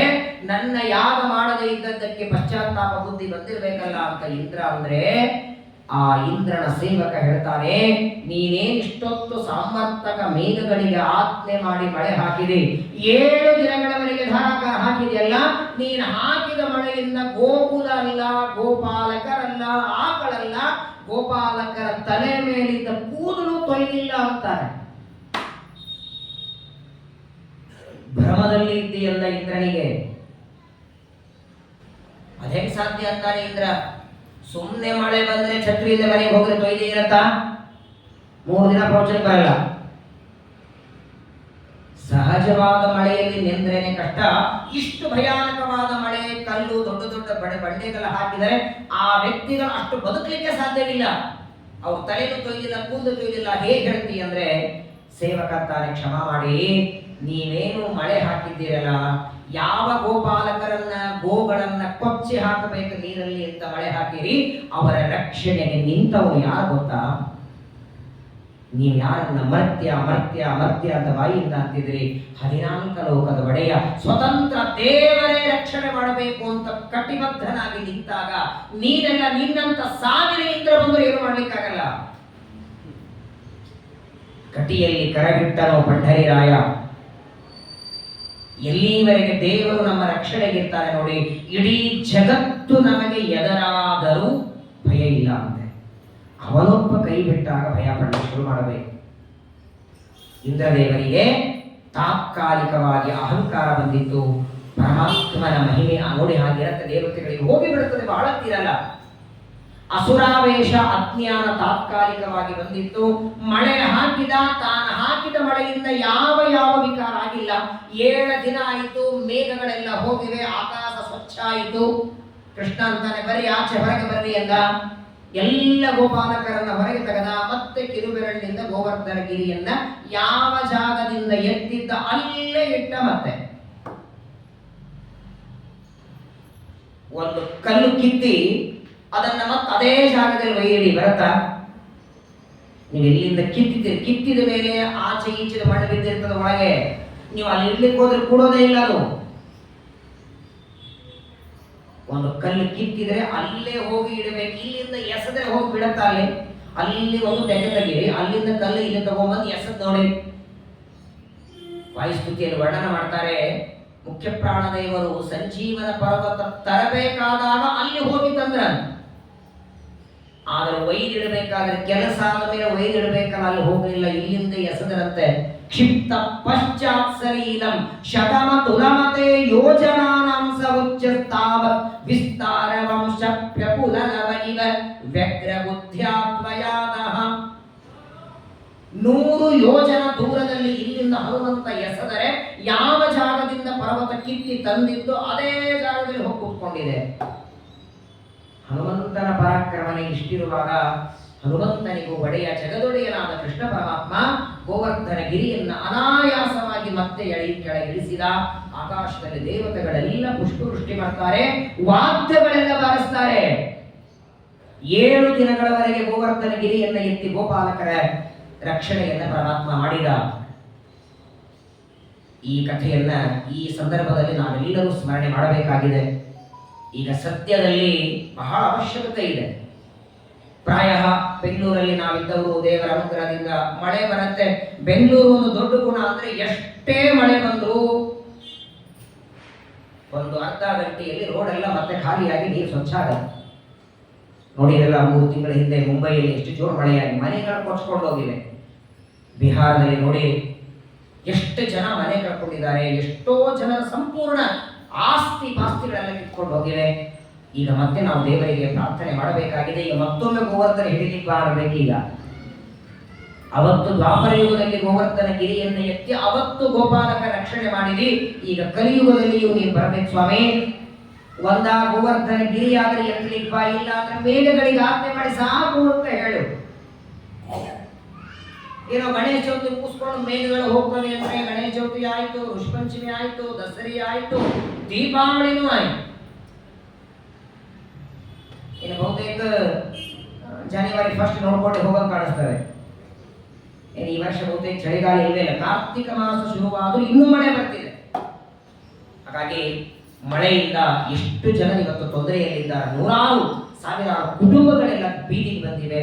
ಅವರೆಲ್ಲರಿಗೂ ಪರಮಾತ್ಮ ಈ ಗೋವರ್ಧನವನ್ನ ಎತ್ತಿ ರಕ್ಷಣೆ ಮಾಡಲಿ ಅಂತ ದೇವರಲ್ಲಿ ಪ್ರಾರ್ಥನೆ ಮಾಡೋಣ. ಶಂಕ ದುಂದುಭಯೋನೇ ಇದು. ಆಕಾಶದಲ್ಲಿ ವಾದ್ಯಗಳೆಲ್ಲ ಬಾರಿಸ್ತಾರೆ. ಪರಮಾತ್ಮ ಗೋವರ್ಧನ ಗಿರಿಯನ್ನ ಎತ್ತಿ ರಕ್ಷಣೆ ಮಾಡ್ತಾನೆ. ಯಾವಾಗ ದೇವರು ಪರ್ವತ ಇಟ್ಟ ಮತ್ತೆ ಪ್ರದಕ್ಷಿಣೆ ಶುರು ಮಾಡ್ತಾರೆ. ಗೋವರ್ಧನ ಗಿರಿಯನೆತ್ತಿದ ಗೋವಿಂದಾನವ ರಕ್ಷಿಸು. ಗೋವರ್ಧನದ ಪ್ರದಕ್ಷಿಣೆಯನ್ನ ಪರಮಾತ್ಮನ ಜೊತೆಗೆ ಹಾಕ್ತಾರೆ. ಅಂತಹ ಗೋಪಾಲಕರ ರಕ್ಷಣೆಯನ್ನ ಮಾಡ್ತಾನೆ. ಎಲ್ಲ ಗೋಪಾಲಕರು ಗೋವರ್ಧನದ ಪರ್ವತ ಪ್ರದಕ್ಷಿಣೆ ಹಾಕುವಾಗ ಸ್ವರ್ಗ ಲೋಕದಲ್ಲಿರುವ ಇಂದ್ರದೇವರು ಭೂಮಿಗೆ ಬಂದರು. ಅಷ್ಟೊತ್ತಿಗೆ ಇಂದ್ರದೇವರ ಅಹಂಕಾರ ಹೋಗಿದ್ದು. ಇಂದ್ರದೇವರು ಭೂಮಿಗೆ ಬಂದದ್ದೇ ಬಂದು ಕೃಷ್ಣನ ಪಾದ ಮೇಲೆ ಅಲ್ಲ, ಎಲ್ಲೆಲ್ಲಿ ಭಗವಂತನ ಪಾದ ಚಿಹ್ನೆಗಳಿದೆ ಆ ಮರಳಿನಲ್ಲಿ ಹೊರನಾಡ್ತಿದ್ದಾರೆ. ದೇವತೆಗಳಿಗೆ ಅಸುರಾವೇಶದಿಂದ ತಾತ್ಕಾಲಿಕವಾಗಿ ಅಹಂಕಾರ ಬಂದಿರ್ತದೆ. ಆ ಅಹಂಕಾರ ಹೋಗಿದೆ. ಇಂದ್ರದೇವರು ಪರಮಾತ್ಮನನ್ನ ಪ್ರಾರ್ಥನೆ ಮಾಡ್ತಾರೆ, ಕ್ಷಮಾ ಮಾಡುವಂತಾರೆ. ಒಬ್ಬ ಸಣ್ಣ ಬಾಲಕ ನನ್ನ ಯಾಗ ಹೇಗೆ ಬೇಡ ಅಂದ, ನನಗೆ ಮಾಡಬೇಕಾದ ಯಜ್ಞ ಬೇಡ ಅಂದ ಅನ್ನುವ ಕೋಪದಲ್ಲಿ ನೀನು ಸಹ ಅನಂತ ಗುಣಪೂರ್ಣನಾದ ದೇವರು ಅಂತ ಮರ್ತೋಗಿದ್ದು. ಒಬ್ಬ ಗೋಪಾಲಕರಲ್ಲಿ ನೀನು ಒಬ್ಬ ಗೋಪಾಲಕ, ನೀನು ಒಬ್ಬ ದನ ಕಾಯುವ ವ್ಯಕ್ತಿ ಅಂತ ನೀನನ್ನ ತಿಳಿದು ಈ ಅವಮಾನ, ಈ ಅವಜ್ಞೆಯನ್ನು ನಾನು ಮಾಡಿದೆ ಅಂತ ಕ್ಷಮಾ ಮಾಡುವಂತ ಪರಮಾತ್ಮನನ್ನ ಪ್ರಾರ್ಥನೆ ಮಾಡೋದರ ಜೊತೆಗೆ ಇಂದ್ರದೇವರು ಸ್ವರ್ಗಲೋಕದಿಂದ ಬರುವಾಗಲೇ ಸ್ವರ್ಗಲೋಕದ ಕಾಮಧೇನು ಆಕಳನ್ನ ಜೊತೆಗೆ ತಗೊಂಡು ಬಂದಿದ್ರು. ಆ ಕಾಮಧೇನು ಆಕಳದಿಂದ ಪರಮಾತ್ಮನಿಗೆ ಅಭಿಷೇಕವನ್ನ ಮಾಡಿಸ್ತಾರೆ. ಅವತ್ತಿನಿಂದ ಭಗವಂತನನ್ನ, ಗೋಪಾಲಕೃಷ್ಣನನ್ನ ಯಾವ ಅಭಿಷೇಕ ಮಾಡುವ ಸಂದರ್ಭದಲ್ಲಿ ನೋಡಿ, ಪಂಚಾಮೃತ ಅಭಿಷೇಕ ಮಾಡುವಾಗ ಪಂಚಾಮೃತ ಪಾತ್ರೆ, ಆ ಪದಾರ್ಥಗಳಲ್ಲಿ ದೇವರ ಪೂಜೆ ಮಾಡಬೇಕಲ್ಲ. ಹಾಲಿನಲ್ಲಿ ಗೋವಿಂದ ರೂಪಿ ಪರಮಾತ್ಮ ಇದ್ದಾನೆ. ದಧಿ ವಾಮನ ದೈವತ್ಯಂ ಗೋವಿಂದೇ ಕ್ಷೀರ ದೇವತ. ಮೊಸರಿನಲ್ಲಿ ವಾಮನ, ಮೊದಲು ಪಂಚಾಮೃತದ ಪೂಜೆ, ಆಮೇಲೆ ಪಂಚಾಮೃತ ಅಭಿಷೇಕ ಮಾಡಬೇಕು. ಆ ಹಾಲಿನಲ್ಲಿ ಗೋವಿಂದ. ಅವತ್ತಿನಿಂದ ಗೋವಿಂದ ಎಂಬ ನಾಮಸ್ಮರಣೆ ಮಾಡ್ತಾ ಸ್ವರ್ಗಲೋಕದ ಕಾಮಧೇನು ಆಕಳು ಬಂದು ಪರಮಾತ್ಮನಿಗೆ ಅಭಿಷೇಕವನ್ನು ಮಾಡಿ ಭಗವಂತನನ್ನ ಪ್ರಾರ್ಥನೆ ಮಾಡ್ತಾನೆ. ಇಂದ್ರ, ಇವತ್ತಿನಿಂದ ಇನ್ಯಾವತ್ತೂ ನಿನ್ನ ಬಗ್ಗೆ ಅವಮಾನ ಮಾಡಲ್ಲ. ಇಷ್ಟೀಗ ಅಂತ ನೋಡಿ, ಇನ್ನು ಮೇಲೆ ನಾನು ಅವಮಾನ ಆಜ್ಞೆ ನಿನ್ನ ಬಗ್ಗೆ ಅಜ್ಞಾನ ಮಾಡ್ಕೊಳ್ಳೋದಿಲ್ಲ, ತಪ್ಪು ಕಲ್ಪನೆ ಮಾಡ್ಕೊಳ್ಳೋದಿಲ್ಲ ಅಂತಾನೆ. ಮತ್ತೆ ಕೆಲವೇ ದಿನಗಳಲ್ಲಿ ಮತ್ತೆ ಇದೇ ಭಾಗವತ ದಶಮಸ್ಕಂದದಲ್ಲೇನೆ ಶ್ರೀಕೃಷ್ಣ ಪರಮಾತ್ಮ ಪಾರಿಜಾತ ವೃಕ್ಷವನ್ನು ತರೋದಕ್ಕೆ ಬಂದಾಗ ಮತ್ತೆ ಇಂದ್ರನಿಗೆ ಅಹಂಕಾರ ಬರ್ತದೆ. ಹಾಗಾಗಿಯೇ ಶ್ರೀಮದಾಚಾರ್ಯರು 18ನೇ ಅಧ್ಯಾಯ ತಾತ್ಪರ್ಯದಲ್ಲಿ ಹೇಳ್ತಾರೆ, ಆಗಾಗ ದೇವತೆಗಳಿಗೆ ಅಹಂಕಾರ ಬರ್ತದೆ ಹೋಗ್ತದೆ. ದೇವರು ಆಗಾಗ ಪರಿಹಾರ ಮಾಡ್ತಾನೆ. ಇಂದ್ರದೇವರ ಅಹಂಕಾರವನ್ನು ಪರಿಹಾರ ಮಾಡಿ ಎಲ್ಲ ತನ್ನ ಗೋಪಾಲಕರಿಗೆ ಹೇಳ್ತಾನೆ, ಮುಂದಿನ ವರ್ಷದಿಂದ ಗೋವರ್ಧನ ಪರ್ವತದ ಪೂಜೆನೂ ಮಾಡಿ, ಇಂದ್ರನ ಪೂಜೆನೂ ಮಾಡಿ. ಈ ವರ್ಷ ಇಂದ್ರನ ಯಾಗ ಬೇಡ ಅಂದಿದ್ದ, ಸ್ವತಂತ್ರವಾಗಿ ನಾನು ಮಳೆ ಕೊಡ್ತೇನೆ ಎನ್ನುವ ಇಂದ್ರನ ಅಹಂಕಾರ ಪರಿಹಾರಕ್ಕಾಗಿ ಯಜ್ಞ ಬೇಡ ಅಂದಿದ್ದೆ. ಆದರೆ ಇಂದ್ರನ ಅಹಂಕಾರ ಹೋಗಿದೆ. ಬರುವ ವರ್ಷದಿಂದ ಇಂದ್ರನ ಯಾಗನೂ ನಡಿಬೇಕು, ಗೋವರ್ಧನ ಪರ್ವತ ಪೂಜೆನೂ ಆಗಬೇಕು ಅಂತ ಪರಮಾತ್ಮ ಆಜ್ಞೆ ಮಾಡ್ತಾನೆ. ನಮಸ್ತುಭ್ಯಂ ಭಗವತೆ ಪುರುಷಾಯ ಮಹಾತ್ಮನೆ ವಾಸುದೇವಾಯ ಕೃಷ್ಣಾಯ ಸಾತ್ವತಾಂಬತರೇ ನಮಃ. ಸಮಗ್ರವಾದ ಜಗತ್ತಿಗೆ ಅನುಗ್ರಹ ಮಾಡುವುದಕ್ಕೆ ವಸುದೇವ ದೇವಕಿಯರಲ್ಲಿ ಅವತಾರ ಮಾಡಿದ ಪರಮಾತ್ಮನೇ, ನಿನಗೆ ನಮಸ್ಕಾರವನ್ನು ಮಾಡುತ್ತೇನೆ, ನನ್ನ ಅಪರಾಧವನ್ನು ಕ್ಷಮಾ ಮಾಡುವಂತ ಪರಮಾತ್ಮನನ್ನ ಪ್ರಾರ್ಥನೆ ಮಾಡಿದಾಗ ನೋಡಿ, 7 ದಿನಗಳವರೆಗೆ ಮಳೆ ಹಾಕಿ ಗೋವರ್ಧನ ಕೈಯ ಹಿಡಿಯುವ ಮಾಡಿದ್ದಾನೆ. ಎಷ್ಟು ಕೋಪ ಬಂದಿರಬೇಕು ಇಂದ್ರನ ಮೇಲೆ. ನೋಡಿದರೆ ದೇವರು ಕ್ಷಮನೆ ಮಾಡ್ತಾರೆ. ಕೃಷ್ಣನನ್ನ ಒಬ್ಬ ಸಾಮಾನ್ಯ ಮನುಷ್ಯ ಅಂತ ಬೈದದ್ದು, ಅವಮಾನ ಮಾಡಿದ್ದು, 7 ದಿನ ಮಳೆ ಹಾಕಿದ್ದು, ಇಂದ್ರ ಮಾಡಿದ ಅಪರಾಧ ನೋಡಿದರೆ ದೇವರು ಕ್ಷಮಿಸೋದಿಲ್ಲ ಅನ್ಬೇಕಾಗಿತ್ತಾದರೆ ಇಂದ್ರದೇವರ ಪ್ರಾರ್ಥನೆ ಕೇಳಿ ದೇವರಂತಾನೆ, ಮಯಾದೇಕಾರಿ ಮಗವನ್ ಮಕಭಂಗೋ ಅನುಗ್ರಹನ. ಇಂದ್ರ, ಯಜ್ಞ ಬೇಡ ಅಂದದ್ದು ನಾನೇ ಹೌದು, ಆದರೆ ನಿನಗೆ ಬಂದಂತಹ ಅಹಂಕಾರ ದೂರ ಮಾಡಲಿಕ್ಕೆ ನೀ ನನ್ನ ಭಕ್ತ, ಇನ್ನು ಎಂದಿಗೂ ನಿನಗೆ ಅಹಂಕಾರ ಬರದೇ ಇರೋ ಹಾಗೆ ಅನುಗ್ರಹ ಮಾಡ್ತೇನೆ ಅಂತ. ಆದರೂ ದೇವತೆಗಳಿಗೆ ಆಗಾಗ ಅಹಂಕಾರವನ್ನು ಕೊಟ್ಟು ಮತ್ತೆ ಭೂಮಿಗೆ ಬರುವ ಹಾಗೆ ಮಾಡ್ತಾನೆ. ಅರ್ಜುನನಾಗಿ ಮತ್ತೆ ಮುಂದೆ ಬರಬೇಕಾಗಿದೆ. ಮತ್ತೊಮ್ಮೆ ಇಂದ್ರದೇವರಿಗೆ ಅಹಂಕಾರ ಬರುತ್ತದೆ. ತಾತ್ಕಾಲಿಕವಾಗಿ ಪರಮಾತ್ಮ ಅನುಗ್ರಹವನ್ನ ಮಾಡಿ ಇಂದ್ರದೇವರ ಅಪರಾಧವನ್ನು ಕ್ಷಮಾ ಮಾಡ್ತಾರೆ. ಎಲ್ಲ ದೇವತೆಗಳು ಪರಮಾತ್ಮನ ಮೇಲೆ ಪುಷ್ಪವೃಷ್ಟಿ ಮಾಡ್ತಾರೆ. ಇಂತಹ ಶ್ರೇಷ್ಠವಾದ ಗೋವರ್ಧನ ಗಿರಿಯನ್ನ ಎತ್ತಿ ಗೋಪಾಲಕರನ್ನ ರಕ್ಷಣೆ ಮಾಡಿದ ಈ ಕಥೆಯನ್ನ ಯಾರು ಶ್ರವಣ ಮಾಡ್ತಾರೆ, ಯಾರು ಇದನ್ನ ಹೇಳುತ್ತಾರೆ ಕೇಳ್ತಾರೆ, ಅವರನ್ನ ಎಲ್ಲ ತರಹದ ಆಪತ್ತುಗಳಿಂದ ಪರಮಾತ್ಮ ಪರಿಹಾರ ಮಾಡುತ್ತಾನೆ. ಅವರಿಗೂ ಗೋವರ್ಧನ ಗಿರಿಯನ್ನ ಎತ್ತಿ ಗೋಪಾಲಕರ ರಕ್ಷಣೆ ಮಾಡಿದಂತೆ ಇಡೀ ಆಯುಷ್ಯ ಆ ವ್ಯಕ್ತಿಯನ್ನ ಎತ್ತಿ ರಕ್ಷಣೆ ಮಾಡ್ತಾನೆ ಅಂತ ಶುಕಾಚಾರ್ಯರು ಇದರ ಫಲಸ್ತುತಿಯನ್ನ ಹೇಳಿ, ಇದಾದ ಮೇಲೆ ಕೃಷ್ಣ ಪರಮಾತ್ಮ ವೃಂದಾವನದಲ್ಲಿ ಗೋಪಾಲಕನಾಗಿ ಪ್ರತಿನಿತ್ಯ ಗೋಕುಲದಲ್ಲಿ ಇರುವಾಗ ಒಂದು ಸಲ ಏಕಾದಶಿ ಬಂತು. ಏಕಾದಶಿಯ ವ್ರತದ ಆಚರಣೆ, ದೇವರಿಗೆ ಯಾವ ವ್ರತ ಇಲ್ಲ, ವ್ರತ ಉಪವಾಸ ಎಲ್ಲ ಮೀರಿದವರು, ಆದರೆ ಉಳಿದವರೆಲ್ಲ ಮಾಡ್ತಿದ್ರು. ಕೃಷ್ಣನ ತಂದೆ ನಂದ ಯಶೋಧ ನೋಡಿ, ಏಕಾದಶಿ ವ್ರತ 4 ಜಾತಿಯವರಿಗಿದೆ ಅಂತ ಕೃಷ್ಣಾಮೃತ ಮಹಾಣದಲ್ಲಿ ಆಚಾರ ಅಂತಾರೆ. ಬರೀ ಬ್ರಾಹ್ಮಣರು ಮಾತ್ರವಲ್ಲ, ಶೂದ್ರಾದಿಗಳಿಗೆ ಏಕಾದಶಿ ವ್ರತ ಉಂಟು. ವೈಶ್ಯರು ಮಾಡಬೇಕು, ಕ್ಷತ್ರಿಯರು ಮಾಡಬೇಕು. ದೇವರ ಪ್ರೀತಿಗಾಗಿ ಎಲ್ಲರೂ ಏಕಾದಶಿ ಕಡ್ಡಾಯವಾಗಿ ಮಾಡಬೇಕು. ಏಕಾದಶಿ ವ್ರತ ಮುಗಿಸ್ಕೊಂಡು ದ್ವಾದಶಿ ದಿನ ಪಾರಣೆ. ಸಾಮಾನ್ಯವಾಗಿ ದ್ವಾದಶಿ ಎಂದು ಬಹಳ ಜನ ಏನು ಅನ್ಕೊಂಡಿದ್ದಾರೆ, ಹೊಟ್ಟೆ ಕತ್ಲೆಯಿಂದ ಊಟ ಮಾಡಿಬಿಡೋದು. ಸರ್ವತಾ ದ್ವಾದಶಿಯಲ್ಲಿ 2 ಇರುತ್ತೆ. ಸಾಧನೆ ದ್ವಾದಶಿ, ಹರಿವಾಸರ ದ್ವಾದಶಿ ಎಂದು 2 ಇರುತ್ತೆ. ಸಾಧನೆ ದ್ವಾದಶಿಯೊಳಗೆ 2 ಭಾಗ. ಮತ್ತೆ ಸಾಧನಿ ಕಲಾ ಮಾತ್ರ ಸಾಧನಿ. ಸಾಧನೆ ದ್ವಾದಶಿಯನ್ನ ಅತಿರಿಕ್ತ ಮೀರಿದರೆ ಏನು ಸಮಯ ಇರುತ್ತೋ ಆ ಸಮಯವನ್ನ ಮೀರಿದರೆ 12 ಏಕಾದಶಿಯ ಪುಣ್ಯ ಹೋಗಲ್ಲ. ಹರಿವಾಸರದಲ್ಲಿ ಹರಿವಾಸರ ಇರೋವರೆಗೂ ಏಕಾದಶಿ ಇರುತ್ತೆ. ಹಾಗಾಗಿ ಏಕಾದಶಿ ನಿಶ್ಚಕ್ರ ಉಪವಾಸ ಮಾಡಿ ದ್ವಾದಶಿ ದಿನ ನೀವೆಲ್ಲೇ ಮನೆಯಲ್ಲೇ ಮಾಡಿ, ಎಲ್ಲೇ ಮಾಡಿ 4 ಗಂಟೆಯ ನಂತರವೇ ಸ್ನಾನ ಮಾಡಬೇಕು. ಕೆಲವರಿಗೆ ಪಾಪ ಉಪವಾಸ ಮಾಡಿ ರೂಢಿ ಇರಲ್ಲ, ಏಕಾದಶಿ ಉಪವಾಸ ರಾತ್ರಿ ನಿದ್ದೆ ಬರಲ್ಲ, 2-3 ಗಂಟೆವರೆಗೆ ಏನೋ ಅದನ್ನು ಇದನ್ನು ಮಾಡ್ತಾ ಟೈಮ್ ಪಾಸ್ ಮಾಡಿ 3 ಗಂಟೆಗೆ ಸ್ನಾನ ಮಾಡಿ ಒಂದಿಷ್ಟು ಪಾನಕ ಗೀನಕ ಅದನ್ನು ಮಾಡಬಾರ್ದಂತೆ. 2 ಮೇಲೆ ಮಾಡಬಾರ್ದು. ನೋಡಿ, ಏಕಾದಶಿಯಲ್ಲಿ ಅಪರಾಹ್ನ ಕಾಲದಲ್ಲಿ ಸ್ನಾನಕ್ಕೆ ಹೋದ್ರೆ ಏನಾಗುತ್ತೆ? ಒಂದು ಕಥೆಯನ್ನು ಶುಕಾಚಾರ್ಯ ಹೇಳ್ತಾರೆ. ಏಕಾದಶ್ಯಾಂ ನಿರಾಹಾರ ಸಮಗ್ರಜ್ಯ ಜನಾರ್ದನಂ. ಒಂದು ಬಾರಿ ಏಕಾದಶಿಯ ದಿನ ಪ್ರಾತಃ ಕಾಲದಿಂದ ದೇವರ ಪೂಜೆಯನ್ನ ಮಾಡಿ ಉಪವಾಸವನ್ನ ಮಾಡಿ ದ್ವಾದಶಿ ದಿನ ಬೆಳಗ್ಗೆ ಸ್ನಾನಕ್ಕೆ ಹೋಗಬೇಕು ಅಂತ ಹೋಗಿದ್ದಾನೆ ಕೃಷ್ಣನ ತಂದೆಯಾದ ನಂದ. ಯಮುನಾ ನದಿಗೆ ಸ್ನಾನ ಮಾಡಬೇಕು ಅಂತ ಹೋಗಿದ್ದಾನೆ. ಯಾವಾಗ ಹೋಗಿದ್ದಾನೆ? ಅಪರಾಹ್ನ ಕಾಲದಲ್ಲಿ ಹೋಗಿದ್ದಾನೆ. ಇನ್ನು 2-2:30 ಆಗಿದೆ, ನಸುಕಿನ ಜಾವ. ನದಿಗಳನ್ನು ಅಷ್ಟು ಬೇಗ ಮುಟ್ಟಬಾರದು. ನದಿಯನ್ನು ಮುಟ್ಟೋದಕ್ಕೂ ಅಭಿಮಾನಿ ದೇವತೆಗಳಿದ್ದಾರೆ, ಅವರ ಅನುಮತಿ ಇಲ್ಲದೆ ಮುಟ್ಟತಕ್ಕದ್ದಲ್ಲ. ನತ್ಯಭಿಮಾನಿ ದೇವತೆಗಳ ಪ್ರಾರ್ಥನೆ ಮಾಡದೆ ಮುಟ್ಟಬಾರದು. ಏಕಾದಶಿ ನಿಶ್ಚಕ್ರ ಮಾಡಿ ಅವಸರದಲ್ಲಿ ದ್ವಾದಶಿ ದಿನ ಬೆಳಗ್ಗೆ 2:30-3 ಗಂಟೆಗೆ ಸ್ನಾನಕ್ಕೆ ಹೋಗಿದ್ದಾನೆ. ಯಮುನಾ ನದಿಯಲ್ಲಿ ಮುಳುಗಿದ್ದಾನೆ, ಮೇಲೆ ಏಳಲೇ ಇಲ್ಲ. ಒಳಗೆ ಮುಳುಗಿದವನು ಒಳಗೇ ಮುಳುಗಿಬಿಟ್ಟ. 3 ಆಯ್ತು, 4 ಆಯ್ತು, 5 ಆಯ್ತು, 6 ಆಯ್ತು, ಸೂರ್ಯೋದಯ ಆಯಿತು. ಮನೆಯೆಲ್ಲ ಹುಡುಕ್ತಿದ್ದಾರೆ, ಎಲ್ಲಿದ್ದಾನೆ ನಂದ, ಎಲ್ಲಿದ್ದಾನೆ ನಂದ. ಎಲ್ಲರೂ ಕೇಳ್ತಾ ಇರುವಾಗ ಅವನು ಸ್ನಾನಕ್ಕೆ ಹೋದದ್ದು ಒಬ್ಬರು ಮಾತ್ರ ನೋಡಿದ್ದಾನೆ. ಸಿಕ್ಕಿನ ಜಾವ 3 ಗಂಟೆಗೆ ಸ್ನಾನಕ್ಕೆ ಹೋದನ್ನು ಮಾತ್ರ ನಾನು ನೋಡಿದೆ. ಗೋಪಾಲಕರು ಎಲ್ಲರೂ ಬರ್ತಾರೆ, ಕೃಷ್ಣ ಪರಮಾತ್ಮ ಬರ್ತಾನೆ, ನೋಡ್ತಾನೆ. ಯಾವ ಯಮುನಾ ನದಿಯಲ್ಲಿ ಸ್ನಾನಕ್ಕೆ ಬರ್ತಾನೆ, ನದಿಯ ದಂಡೆಯಲ್ಲೆಲ್ಲ ನೋಡಿದರು. ಮುಳುಗಿದರೆ ಸಾಮಾನ್ಯವಾಗಿ ಒಬ್ಬ ವ್ಯಕ್ತಿ ಮುಳುಗಿದರೆ ಒಂದು 5-6 ಗಂಟೆ ಆದ್ರೆ ಮೇಲೆ ಬರಬೇಕಲ್ಲ ತೇಲಿ, ಏನೂ ಕಾಣಿಸ್ತಾ ಇಲ್ಲ. ಎಲ್ಲ ಗೋಪಾಲಕರ ಗಾಬರಿಯಾಗಿದ್ದಾರೆ. ನಂದ ನೀರಲ್ಲಿ ಮುಳುಗಿ ಹೋಗಿಬಿಟ್ಟ.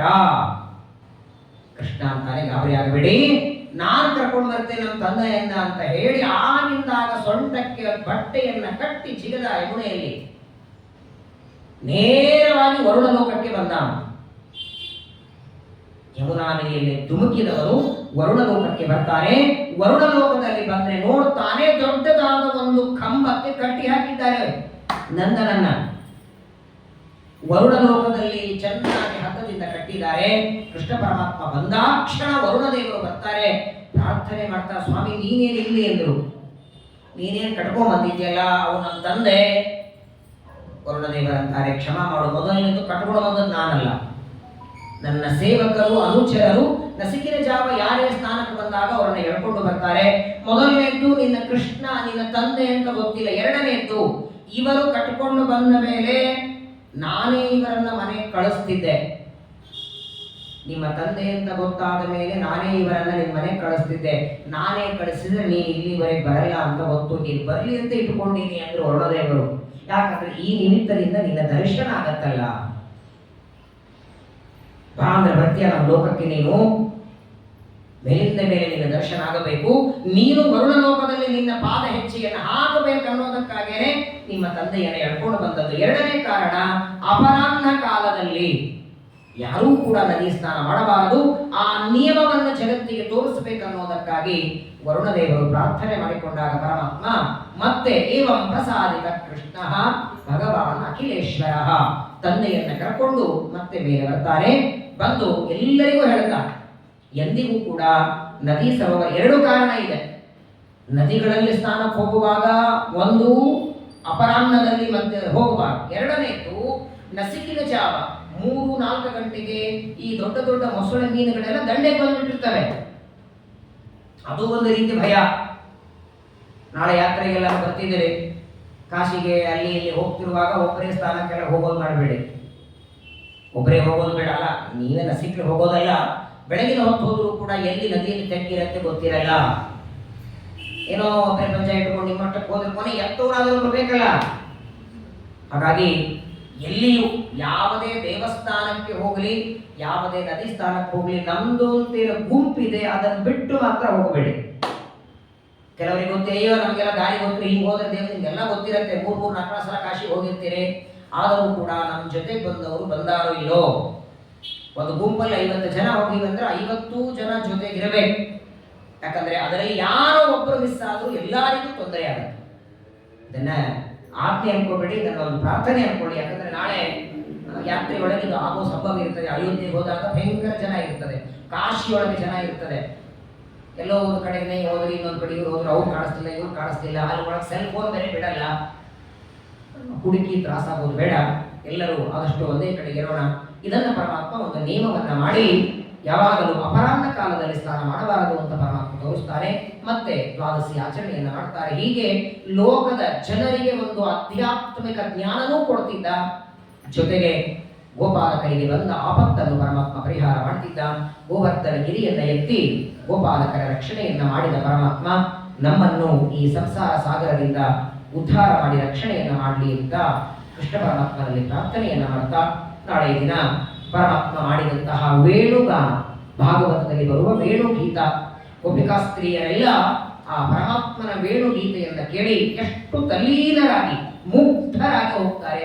ಆ ಭಗವಂತನ ಕೊಳಲ ಧ್ವನಿ ವೇಣುಗೀತ, ಅದರ ವಿಚಾರವನ್ನ ನಾಳೆ ದಿನ ಮತ್ತೆ ಶ್ರವಣ ಮಾಡೋಣ. ಏಕಾದಶಿಯ ಬಗ್ಗೆ ಒಂದೆರಡು ಮಾತು ನೋಡಿ. ಪ್ರವಚನದಲ್ಲೂ ಏಕಾದಶಿ ಬಂತು, ದ್ವಾಪರ ಯುಗದಲ್ಲೂ ಏಕಾದಶಿ ಮಾಡ್ತಿದ್ದರಂತೆ. ಕೃಷ್ಣನ ತಂದೆ ಏಕಾದಶಿ ಮಾಡ್ತಿದ್ದ. ಹಾಗೆ ಈ ಬಾರಿ ಏಕಾದಶಿ ಏನೂ ಗೊಂದಲಿಲ್ಲ, ಗೊಂದಲ ಆದಂತೆ ನಿಮ್ಗೆಲ್ಲ ತೋರಿಸ್ತಿದೆ. ಸಾಮಾನ್ಯವಾಗಿ ನಮ್ಮಲ್ಲಿ ನಾನು ನೀನೇನು ಒಂದು ಮಾತು ಹೇಳಿದೆ, ಕೆಲವು ಊರುಗಳಿಗೆ ಸೂರ್ಯೋದಯ ಸೂರ್ಯಾಸ್ತದಲ್ಲಿ ವ್ಯತ್ಯಾಸ ಆಗುತ್ತೆ.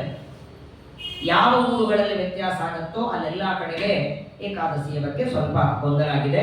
ವಾಸ್ತವಿಕವಾಗಿ ಉತ್ತರಾದಿಮಠದ ಪಂಚಾಂಗದೊಳಗೆ ಏಕಾದಶಿ 1ನೇ ತಾರೀಕು ಹಾಕಿದ್ದಾರೆ,